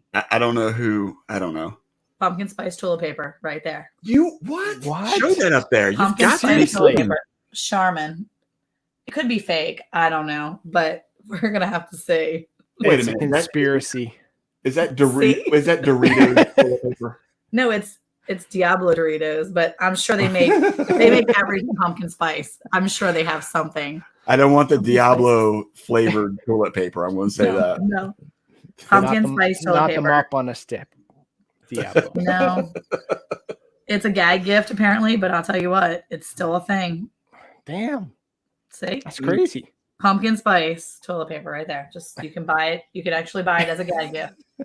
Pumpkin spice toilet paper. Okay, well, so much. If anybody gets the idea to send that to us. Where did the night go? Pumpkin spice and toilet paper and what is it? Beans and chili and all the things. Yeah. Yeah. Yeah.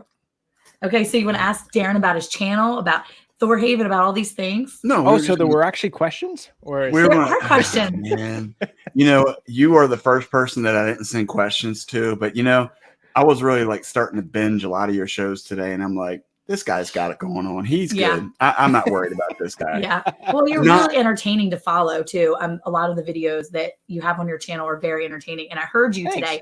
I hopped in your live, but I wasn't able to comment. I hopped in just when you were saying that you were going to maybe go back and redo some videos or redo some of the older content because the videos weren't as good a quality. And you said, you guys deserve better quality than that. And I was like, that's just it.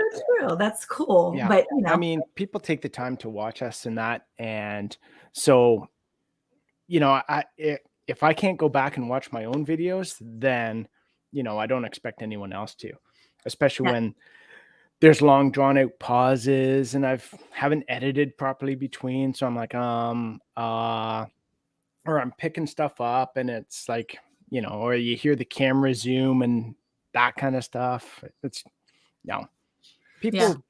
people deserve better. So I want to make sure that, I'm always trying to up my game on that. So how long have you had your channel?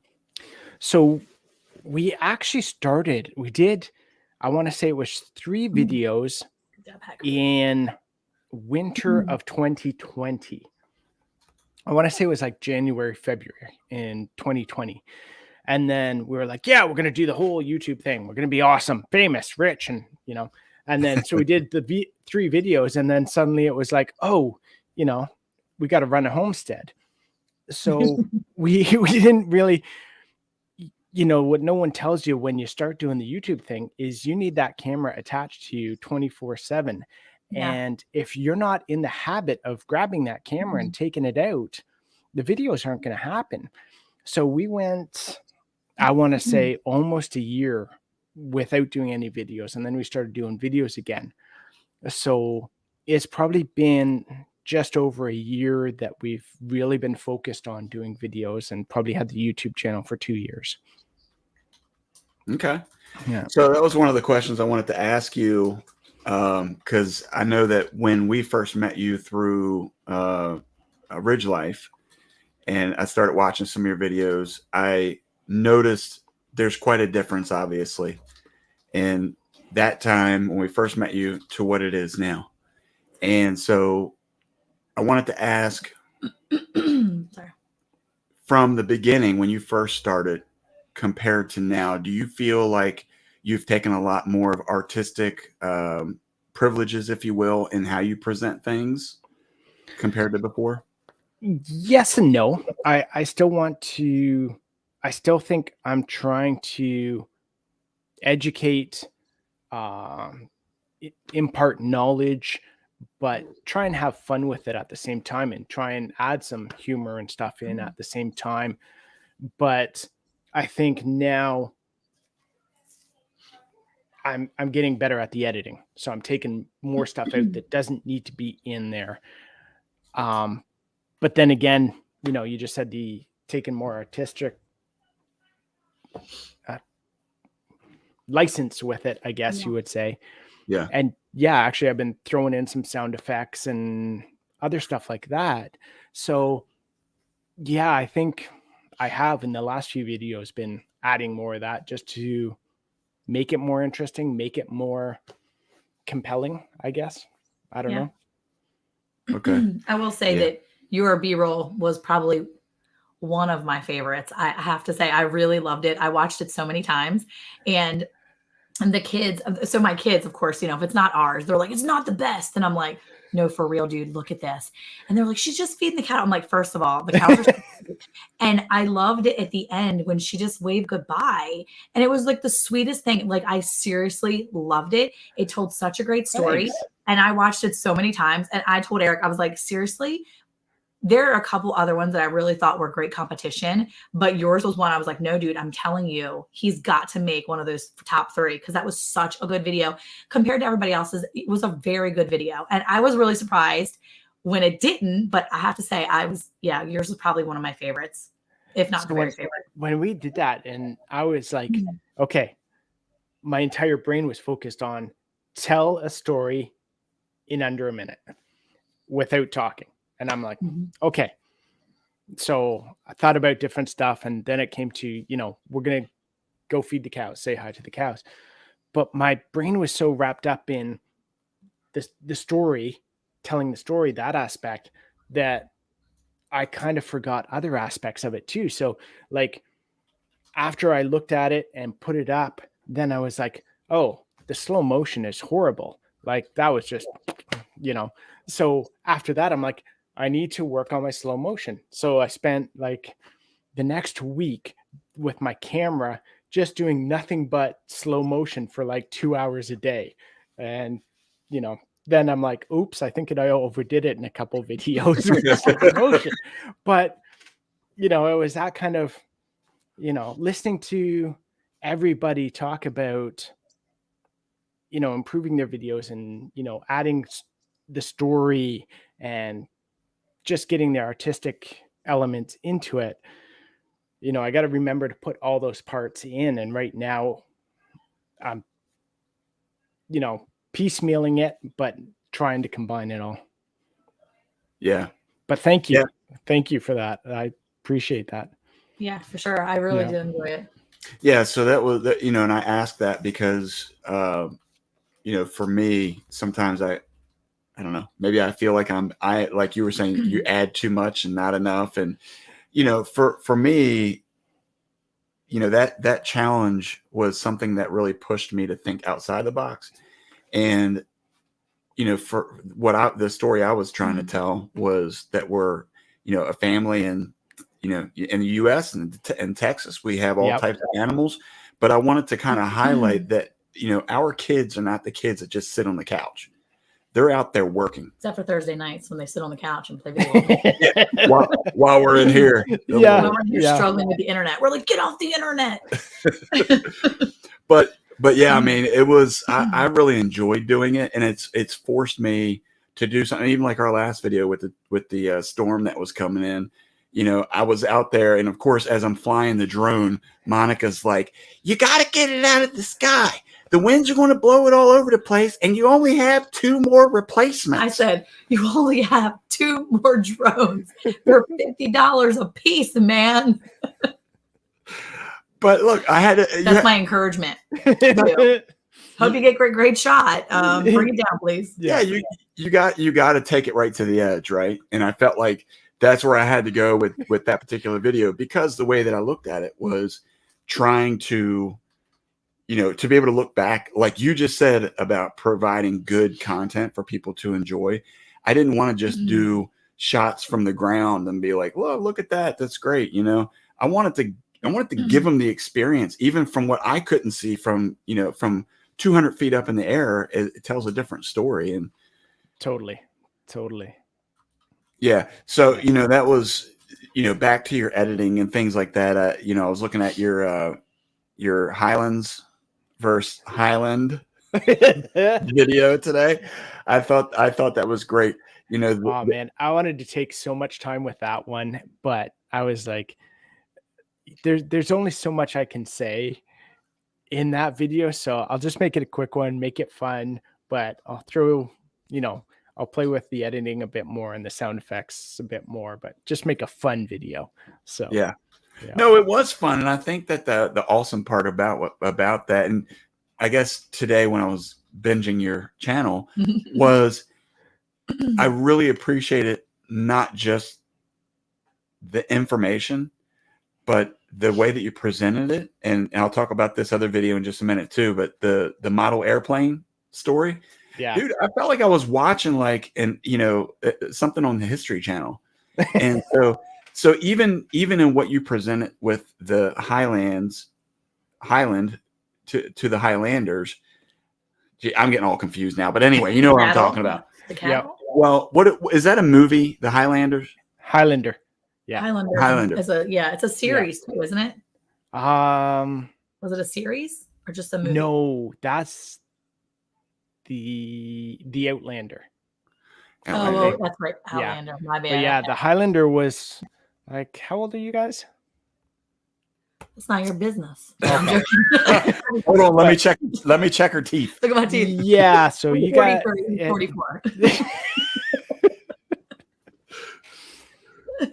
It might have been before your time, maybe. So, but no, it had like Sean Connery and I forget the other guy's name, but it was based on the one guy. They all had kind of like this superpower, and they had to destroy each other to take each other's power, and there could only be one at the end. So I'm trying to remember if I saw that when I was younger or not, but either way, I mean, and that's a thing that I think a good video does, is it keeps the attention of people, even if they're not really necessarily into whatever you're talking about.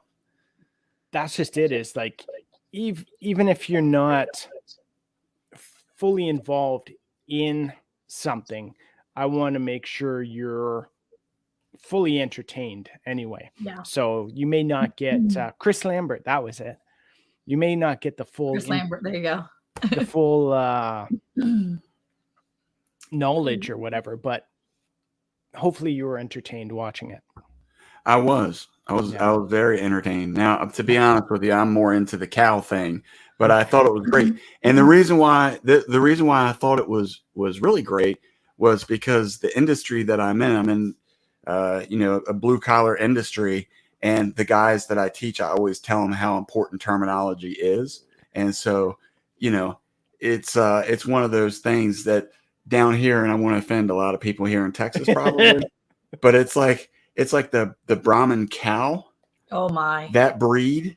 So down here in Texas, they call them Brammers. Okay. Now, I'm not really sure how that even comes into play. I'm really not. But it's like when I'm trying to communicate, I have to use certain words so that they understand what I'm saying. And, I guess it's like when in Rome, type deals.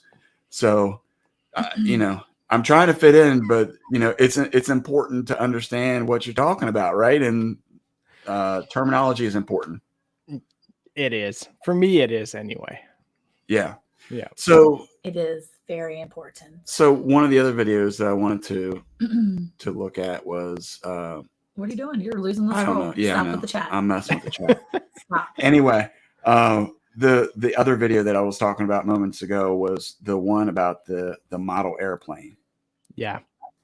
Okay, like I said, that I felt like I was watching the History Channel.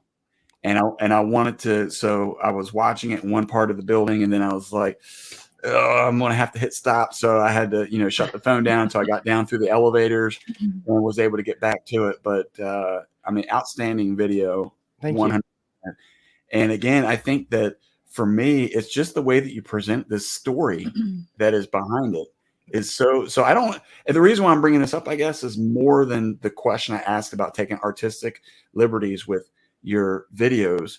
But do you, even from like a writing perspective, do you write out your content, or is this all off the top of the head? I never did. So, and that's the thing, is that the more I watch a lot of these other videos and that kind of stuff, where, people keep talking about, you need to tell a story.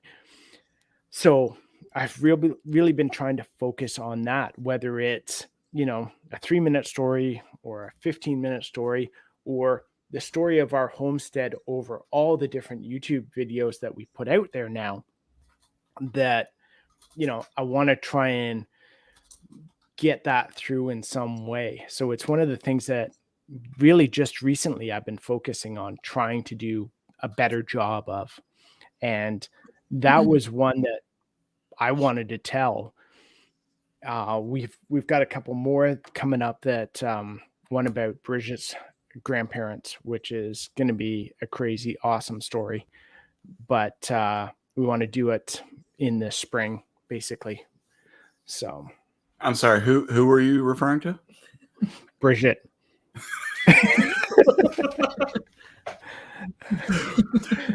Does she ever correct you for mispronouncing her name, or she No. just goes with it? No. So now that's one thing that I noticed on a video too, is I'm assuming that was French that she was speaking. Yeah. Is that more of her background? Where Quebecois, so French Canadian. That's just kind of, so is there areas or pockets in Canada where they just speak French? I feel like I've heard that somewhere. Yes. So basically Quebec is technically supposed to be all French. The funny thing is it's almost like there's English pockets in Quebec as well, and there's French pockets throughout the rest of Canada as well. So depending on settlements and that kind of stuff. So, but it's really neat that, here I can go anywhere and people are so friendly and so open. And, I've never felt like an outcast moving to Quebec where I don't speak French. So that's like the primary language there? Yeah. Oh, okay. So where are you originally from then? Ontario, Canada. So basically I was born about, I want to say, an hour and a half, 2 hours north of Toronto, and then moved around a few spots. And, before I came here, I was about 2 hours east of Toronto, and then moved here to Quebec. So, okay. Yeah.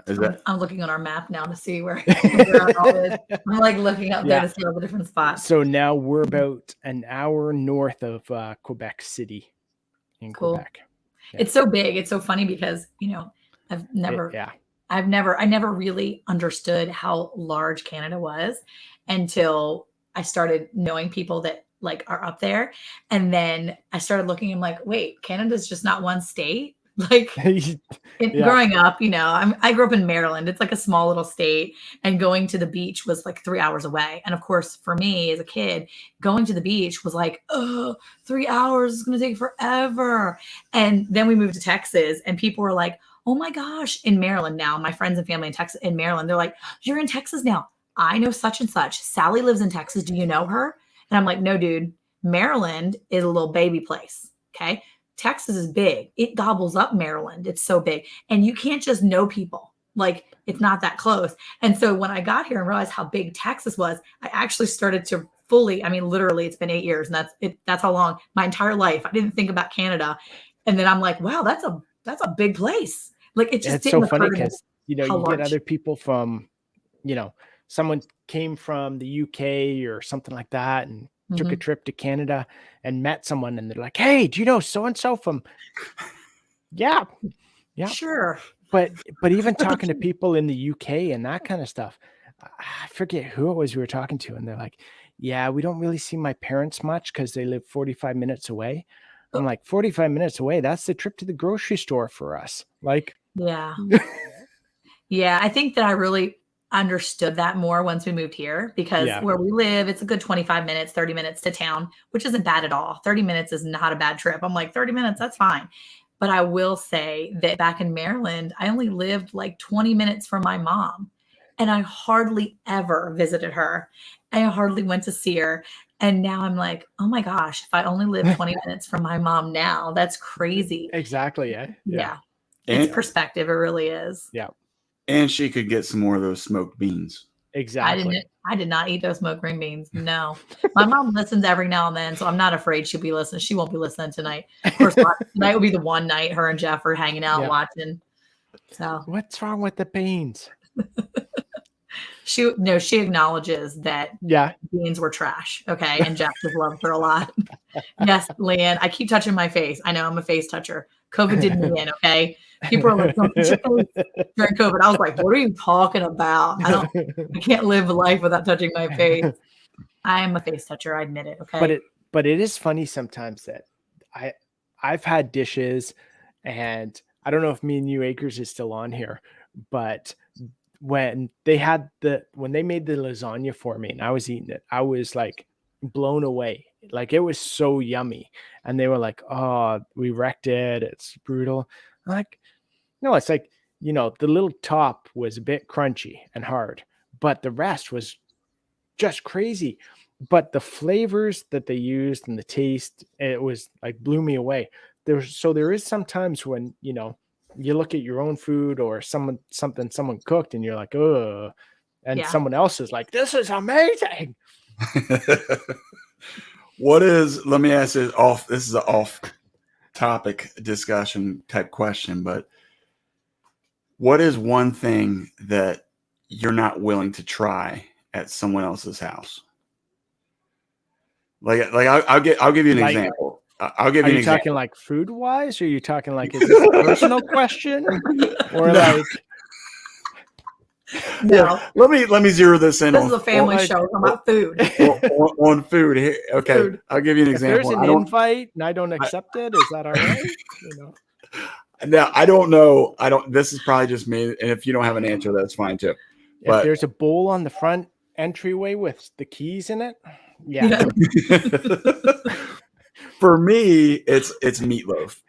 Like, okay, I love my mom's meatloaf, but if I go to like a restaurant or someone else's home, I'm like, eh. So if someone made you meatloaf and they invited you over, you'd be like, no thanks, I don't eat meatloaf unless it's my mommy's. I gotta ask. Like, I gotta ask if it's mom's recipe. That's rude.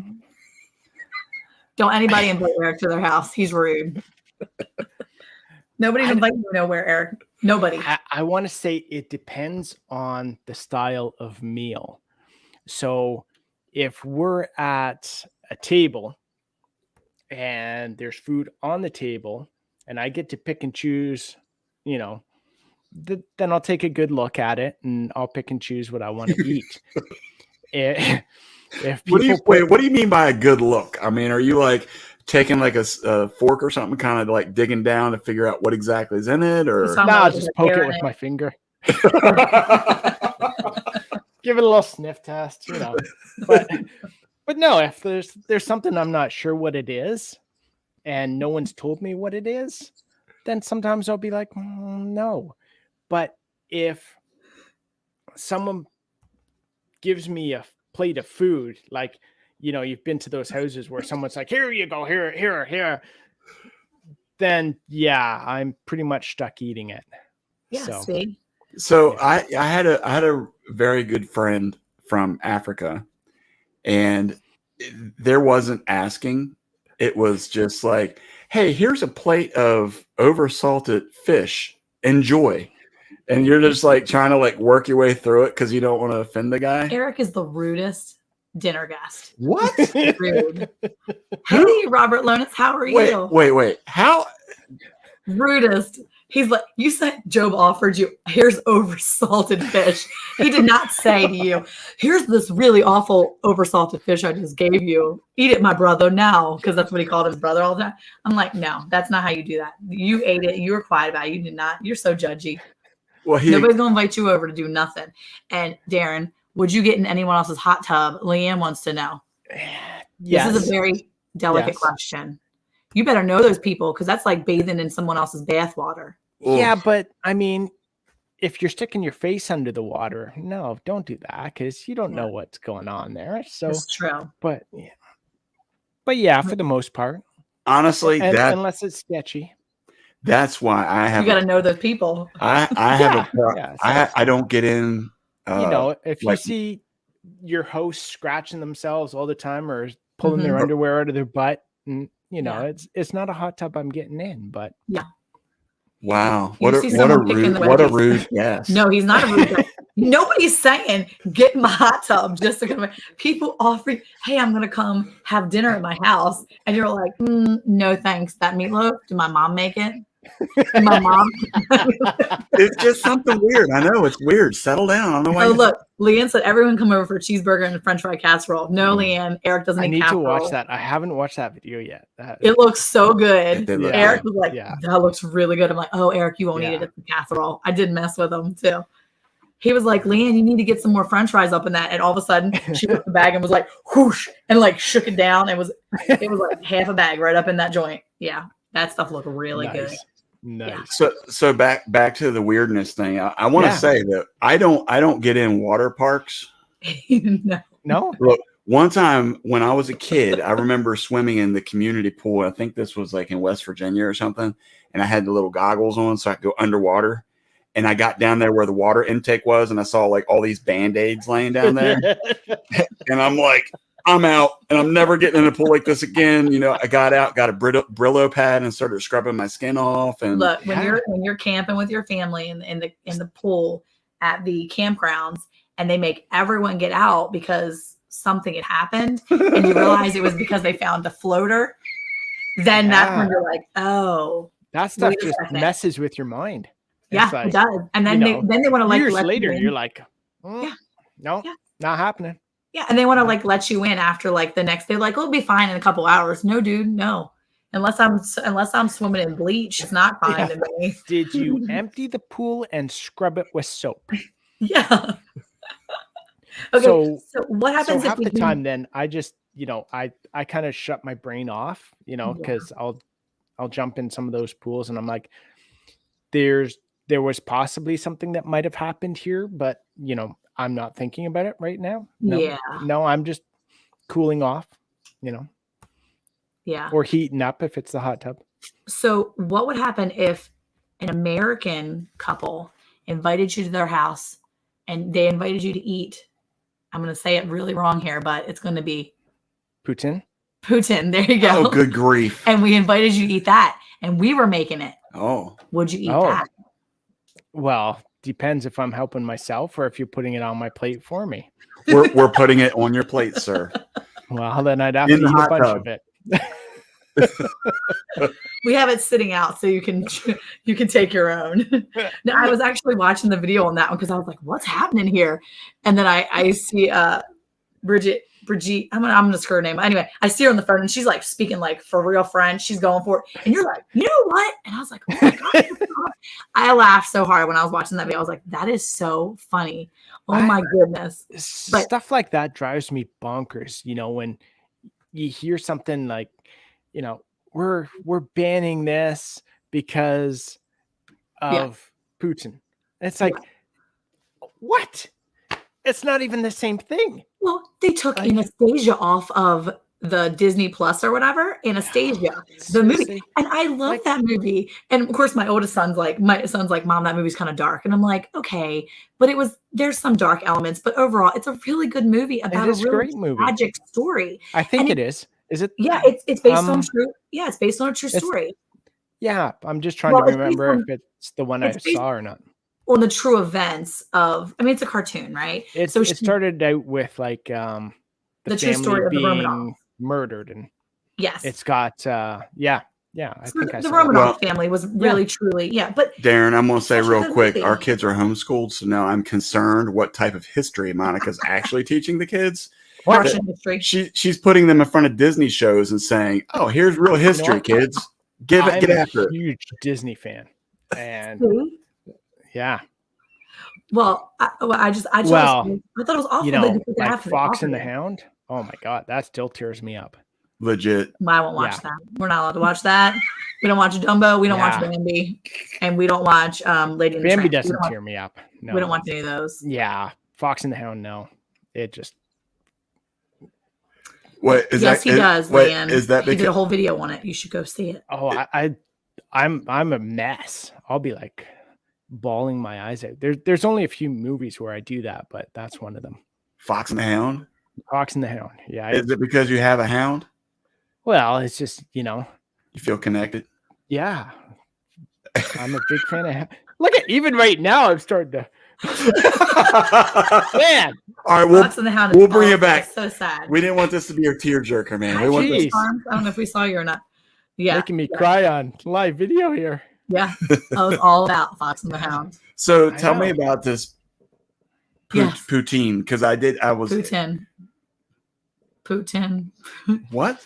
It's like gravy and cheese and French fries. Wait, is that it? It's cheese curds. Cheese curds, gravy, and French fries. I looked it up. However, here they usually do like that's the basic. Like, so that's your basic poutine is French fries, cheese curd, and then gravy. However, most restaurants do specialty ones. So the one I always get, where the red fern grows. I haven't seen that. Oh, don't watch it. Nope. No? Nope. Don't do it. Don't do it. Is it another one where I'll be like, dog? It's a dog movie. You're not doing it. Are you, Darren? We're gonna dive deep into the psyche here. Are you? Have you ever seen Old Yeller? Are you a sensitive guy? Yeah. Well, yeah, I am. Okay. If Old Yeller gave you a little pause, you don't want to watch Where the Red Fern Grows. Old Yeller got me too. Nope. No, don't watch Where the Red Fern Grows. We might as well go right into this. So the other two were Legends of the Fall and River Runs Through It. Wait, Legends of the Fall, and what's the other one? River Runs Through It. Yeah, those two just tear me right up. They're the best. Hey, you know what though? Eric will get all weepy at the Notebook, so I'm just saying. What?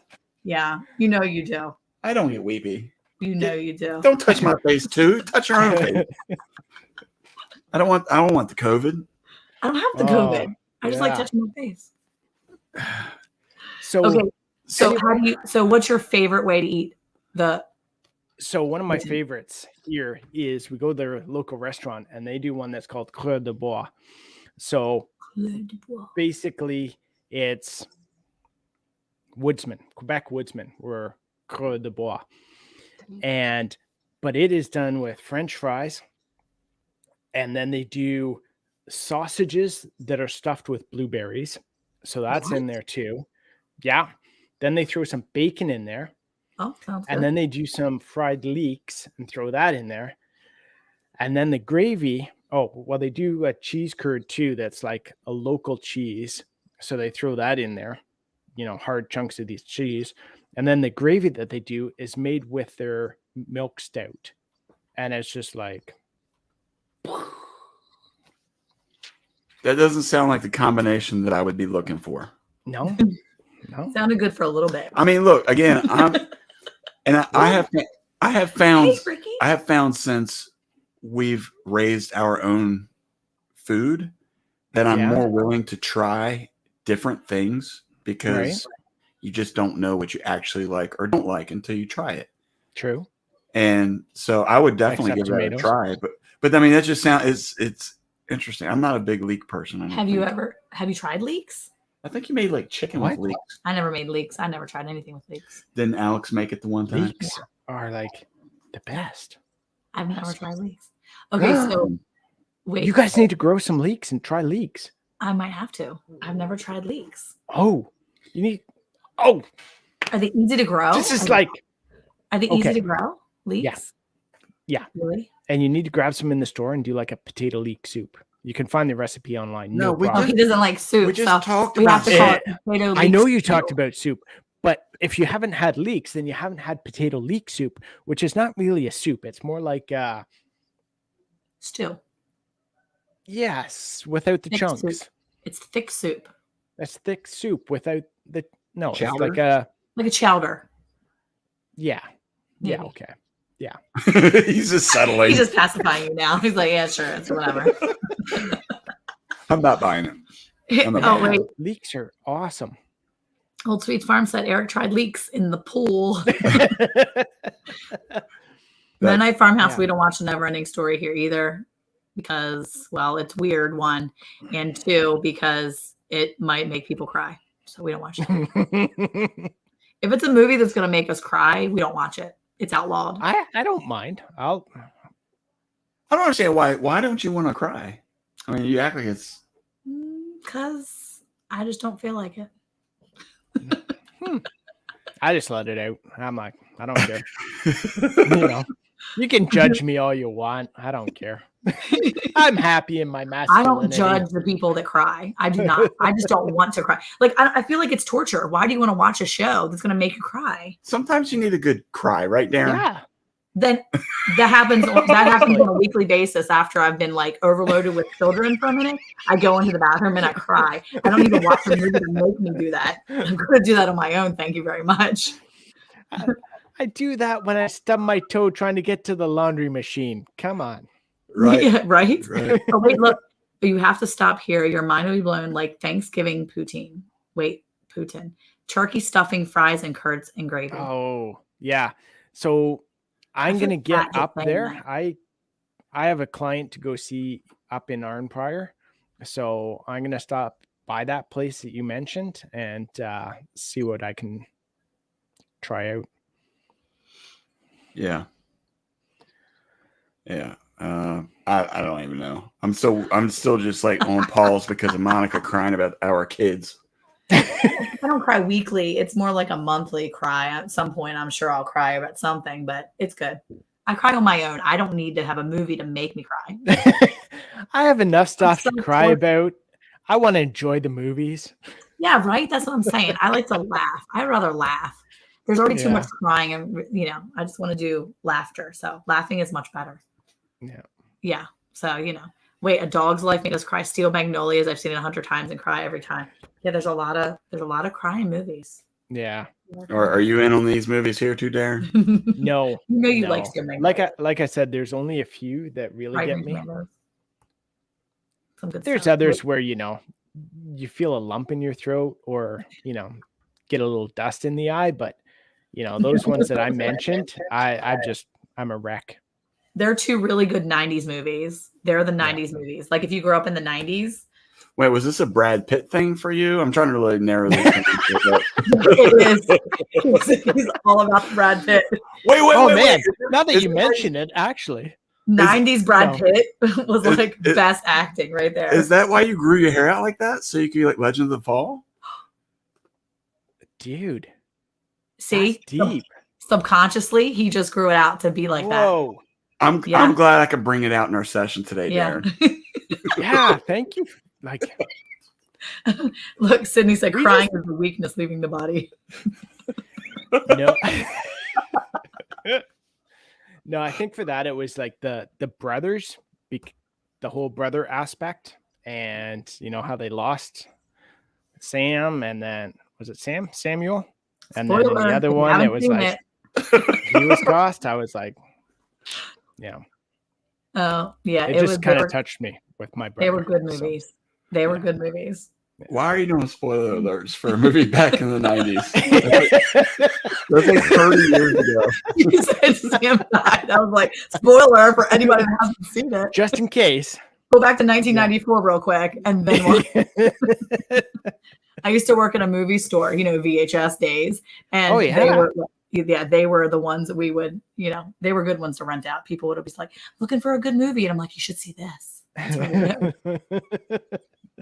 It was my 90s recommendation because it was a good movie. Yeah. So, kids nowadays will never understand like spending half your night going out to like Blockbuster or like a movie store to pick out a movie. Yeah. And you walk around for so long and you finally find one. And Exactly. if it's trash, then you're the one that gets blamed for it. Yep. Oh, that's the worst. And then the people that didn't rewind their movie. Okay. That's a job. Okay. Just so you know, there's a whole thing. It's so funny. Yeah, because even now I say, like, can you rewind that video? It's like, rewind. You don't need to rewind. You just click the button. It's like, my favorites when I'm like, we should tape that. And my kids are like, what? And they know what it means now. They're like, you mean record it? And I'm like, well, tape it, okay? She's still trying to film things for our videos. Yeah. Can you stick that in the cigarette lighter? The what? The cigarette lighter. Well, my daughter has a 2001 Jeep Grand Cherokee, and we were trying to find a way for her to Bluetooth her stuff in there. And she has a cassette player, and so I bought her the cassette one. We wanted to put things in, and I told her, I said, I should buy the cassette one to go in there so you can have a Bluetooth. She was like, really? Because I mean, I think I got rid of almost all of my cassettes. I might have a few, but cassettes aren't a thing, and it's just so fun to see that in her car. I'm like, that's awesome. Yeah, everybody's talking about. Yeah, it was funny because our local video store when we were growing up, half the store was beta and half was VHS. Ooh. Yeah, so you had the choice. Oh, that's some serious business. Yeah. So but then you noticed, each month the one section grew and the other one went down. Yep. Yeah. So last week, one of my coworkers had found one of those old dictaphones, like a lawyer would use where they record their notes. And so he found a couple of them, and I asked him, I was like, hey, man, do you think I can borrow that and take that home? I want to show my kids because that's something that they would obviously had never seen before. And so I brought them into the kitchen, and I was like, kids, today I'm going to show you a piece of history. And I bring it out and I show it to them, and they're like, what's that? And I said, it's a recorder. That's how they used to record back in the old days. And I showed them, and they're like, oh, okay. And like, as I'm like looking up, they're all walking away, man. They were so unimpressed. They're like, that's so lame. Why would they do that? They were like, well, what do you do when you run out of tape? It's like, you just record over it. He was like, what? They were just like, what? That's weird. Like, yeah, it happens. It's life. Oh, yeah. Oh, look, Ren's Home said, or when Netflix was a mail order movie service with drop-off boxes in grocery stores near the checkout beside the bags of salt and firewood. That's true. We remember that too. Yeah, they definitely don't. Yeah, just like the video finder, there are no more copies on the shelf at Blockbuster. That was the worst. You would go, and I always see in the Movie King that I worked with, you always knew because there was always the box behind the box. Can you check the returns? Yes, and then people would ask you, is there anything in the return box? No, the return box is empty, which was basically like a cart, like a little shopping basket that we stole from next door, I guess. Really belonged to the store, or if it was from the grocery store next door. It's like when you were really young and went into the library and went through the book returns in that little cart. And the card catalog too. Yeah. Card catalog. We had to learn how to look up before they had the computers. I never understood that. That's probably why I don't understand computers now, because I couldn't even figure those things out back then. I don't think there's a close relation on that. Computers, card catalog. If you don't understand a card catalog, you're never getting computers, mister. I don't know. It's all coding, isn't it? And when the librarian was trying to feed people, like, if you want to be technologically sound, you better get to know this coding, buddy. Technology will catch up with you, okay? Yeah. It's all about the code. It's all about finding that card catalog code. Those people are detectives now for sure. Those kids that did a really good job at that. Yeah, they're like detectives now. Yeah, that's their job. It took a detective to find the book's not here. Yeah. Somebody put it in the wrong spot. It was Darren because he didn't know which spot to put it in. Exactly. Just put it back somewhere. Well, I wanted to say, because we're getting to that 2-minute warning, as Leanne has pointed out. I wanted to say congratulations, by the way, on your engagement. I watched that video before. That's been a little bit, but it's a thing, right? And then I just wanted to ask you real quick, because I was looking through your videos too, and I've been watching you. I think the first video I'd ever really seen of yours was probably, Eric touched on it. And then we talked, and then I saw the video when you had your baby Highland cow, the calf, and he was having trouble, whatever. But yeah, how many animals do you actually have on your farm right now? So we've got the 4 cows. I want to say like 12 chickens, a bunch of bees, 4 rabbits. So we get our pigs in the spring and raise them to the fall because we want to get heritage, but in 5 feet of snow they don't do well. So we need a barn or something first for that, and then we do 40 meat chickens usually. So right now we're kind of low on animals. Yeah, but you had a bunch of pigs that you took in before, and so last year we did 8 pigs. This year that was crazy. Some of it. So our neighbors wanted some, and then they had friends that were coming who were butchers, so they were going to help, and they wanted like 1 each. Yeah. So we just did a whole bunch, whereas this year we're like, no, it's just too much. So we're taking a break, just doing it for us this year. That's cool. Yeah. So how many do you have coming? So we've got 3 coming for this year. That's reasonable. The 8. Yeah. That's but good. We'll still do the 40 meat chickens. So yeah. Well, that's good, because then you getting your freezer stocked up and all that, and getting things put up where you need to be. And with meat prices and all the prices increasing, it's always good to be prepared. It's insane. I've been selling my meat for the same prices I had previously. Oh wow! I have a feeling it's going to go up soon because it cost more this past time for the butcher. So unfortunately, this last round that we've purchased, people have purchased from me, that'll be the last pricing, and I'll have to up the amount. You do. Sure. Everything else has gone up so much. Yeah, for sure. Yeah. Well, everybody's leaving because it's 10 o'clock and Eric is very fine. Be that way. So. They're like, bye. See you guys. Yeah, see ya. 10 o'clock. We know Eric's cutting it off soon. We're not done talking.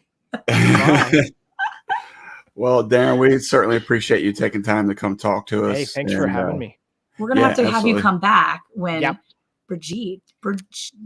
when your beautiful fiance is feeling better. And that way we can talk to both of you, and we can actually talk more about like some of your farm stuff and not about Legends of the Fall and all the awesome things that we grew up with. True. I just figured, with me here, Eric would get a chance to talk. So. A little bit. Just a little bit. He did. Yeah. He did. No. Jesse from Lazy Days came in and said, "What did I miss?" I said, "It's the Eric and Aaron show with the side." So it's cool. She didn't handle that too well, did Eric was like, "I was binge watching your channel, and I admire your handiwork with the camera. Could you teach me?" I could try. I would fail.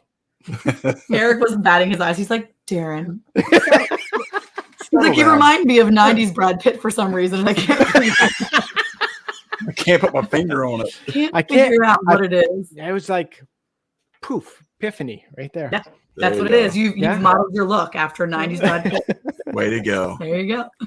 All right, guys. Well, anybody's in the chat that hasn't had a chance to check out the new and improved Brad Pitt over on Thor Haven Farm, definitely go check him out. Go check him out. You'll enjoy his videos. He's got great stuff over there. So, hey, who likes good Quebecian visitors? Canadians? Farmers' wives do. And farmers do too. Hey, until next week, everybody, have a great week. Peace. See ya. Thanks, Rich, for the head count. And Tony, Renee, Eric will be right over. Bye. 6-1. Bye. See ya. Oh, my God.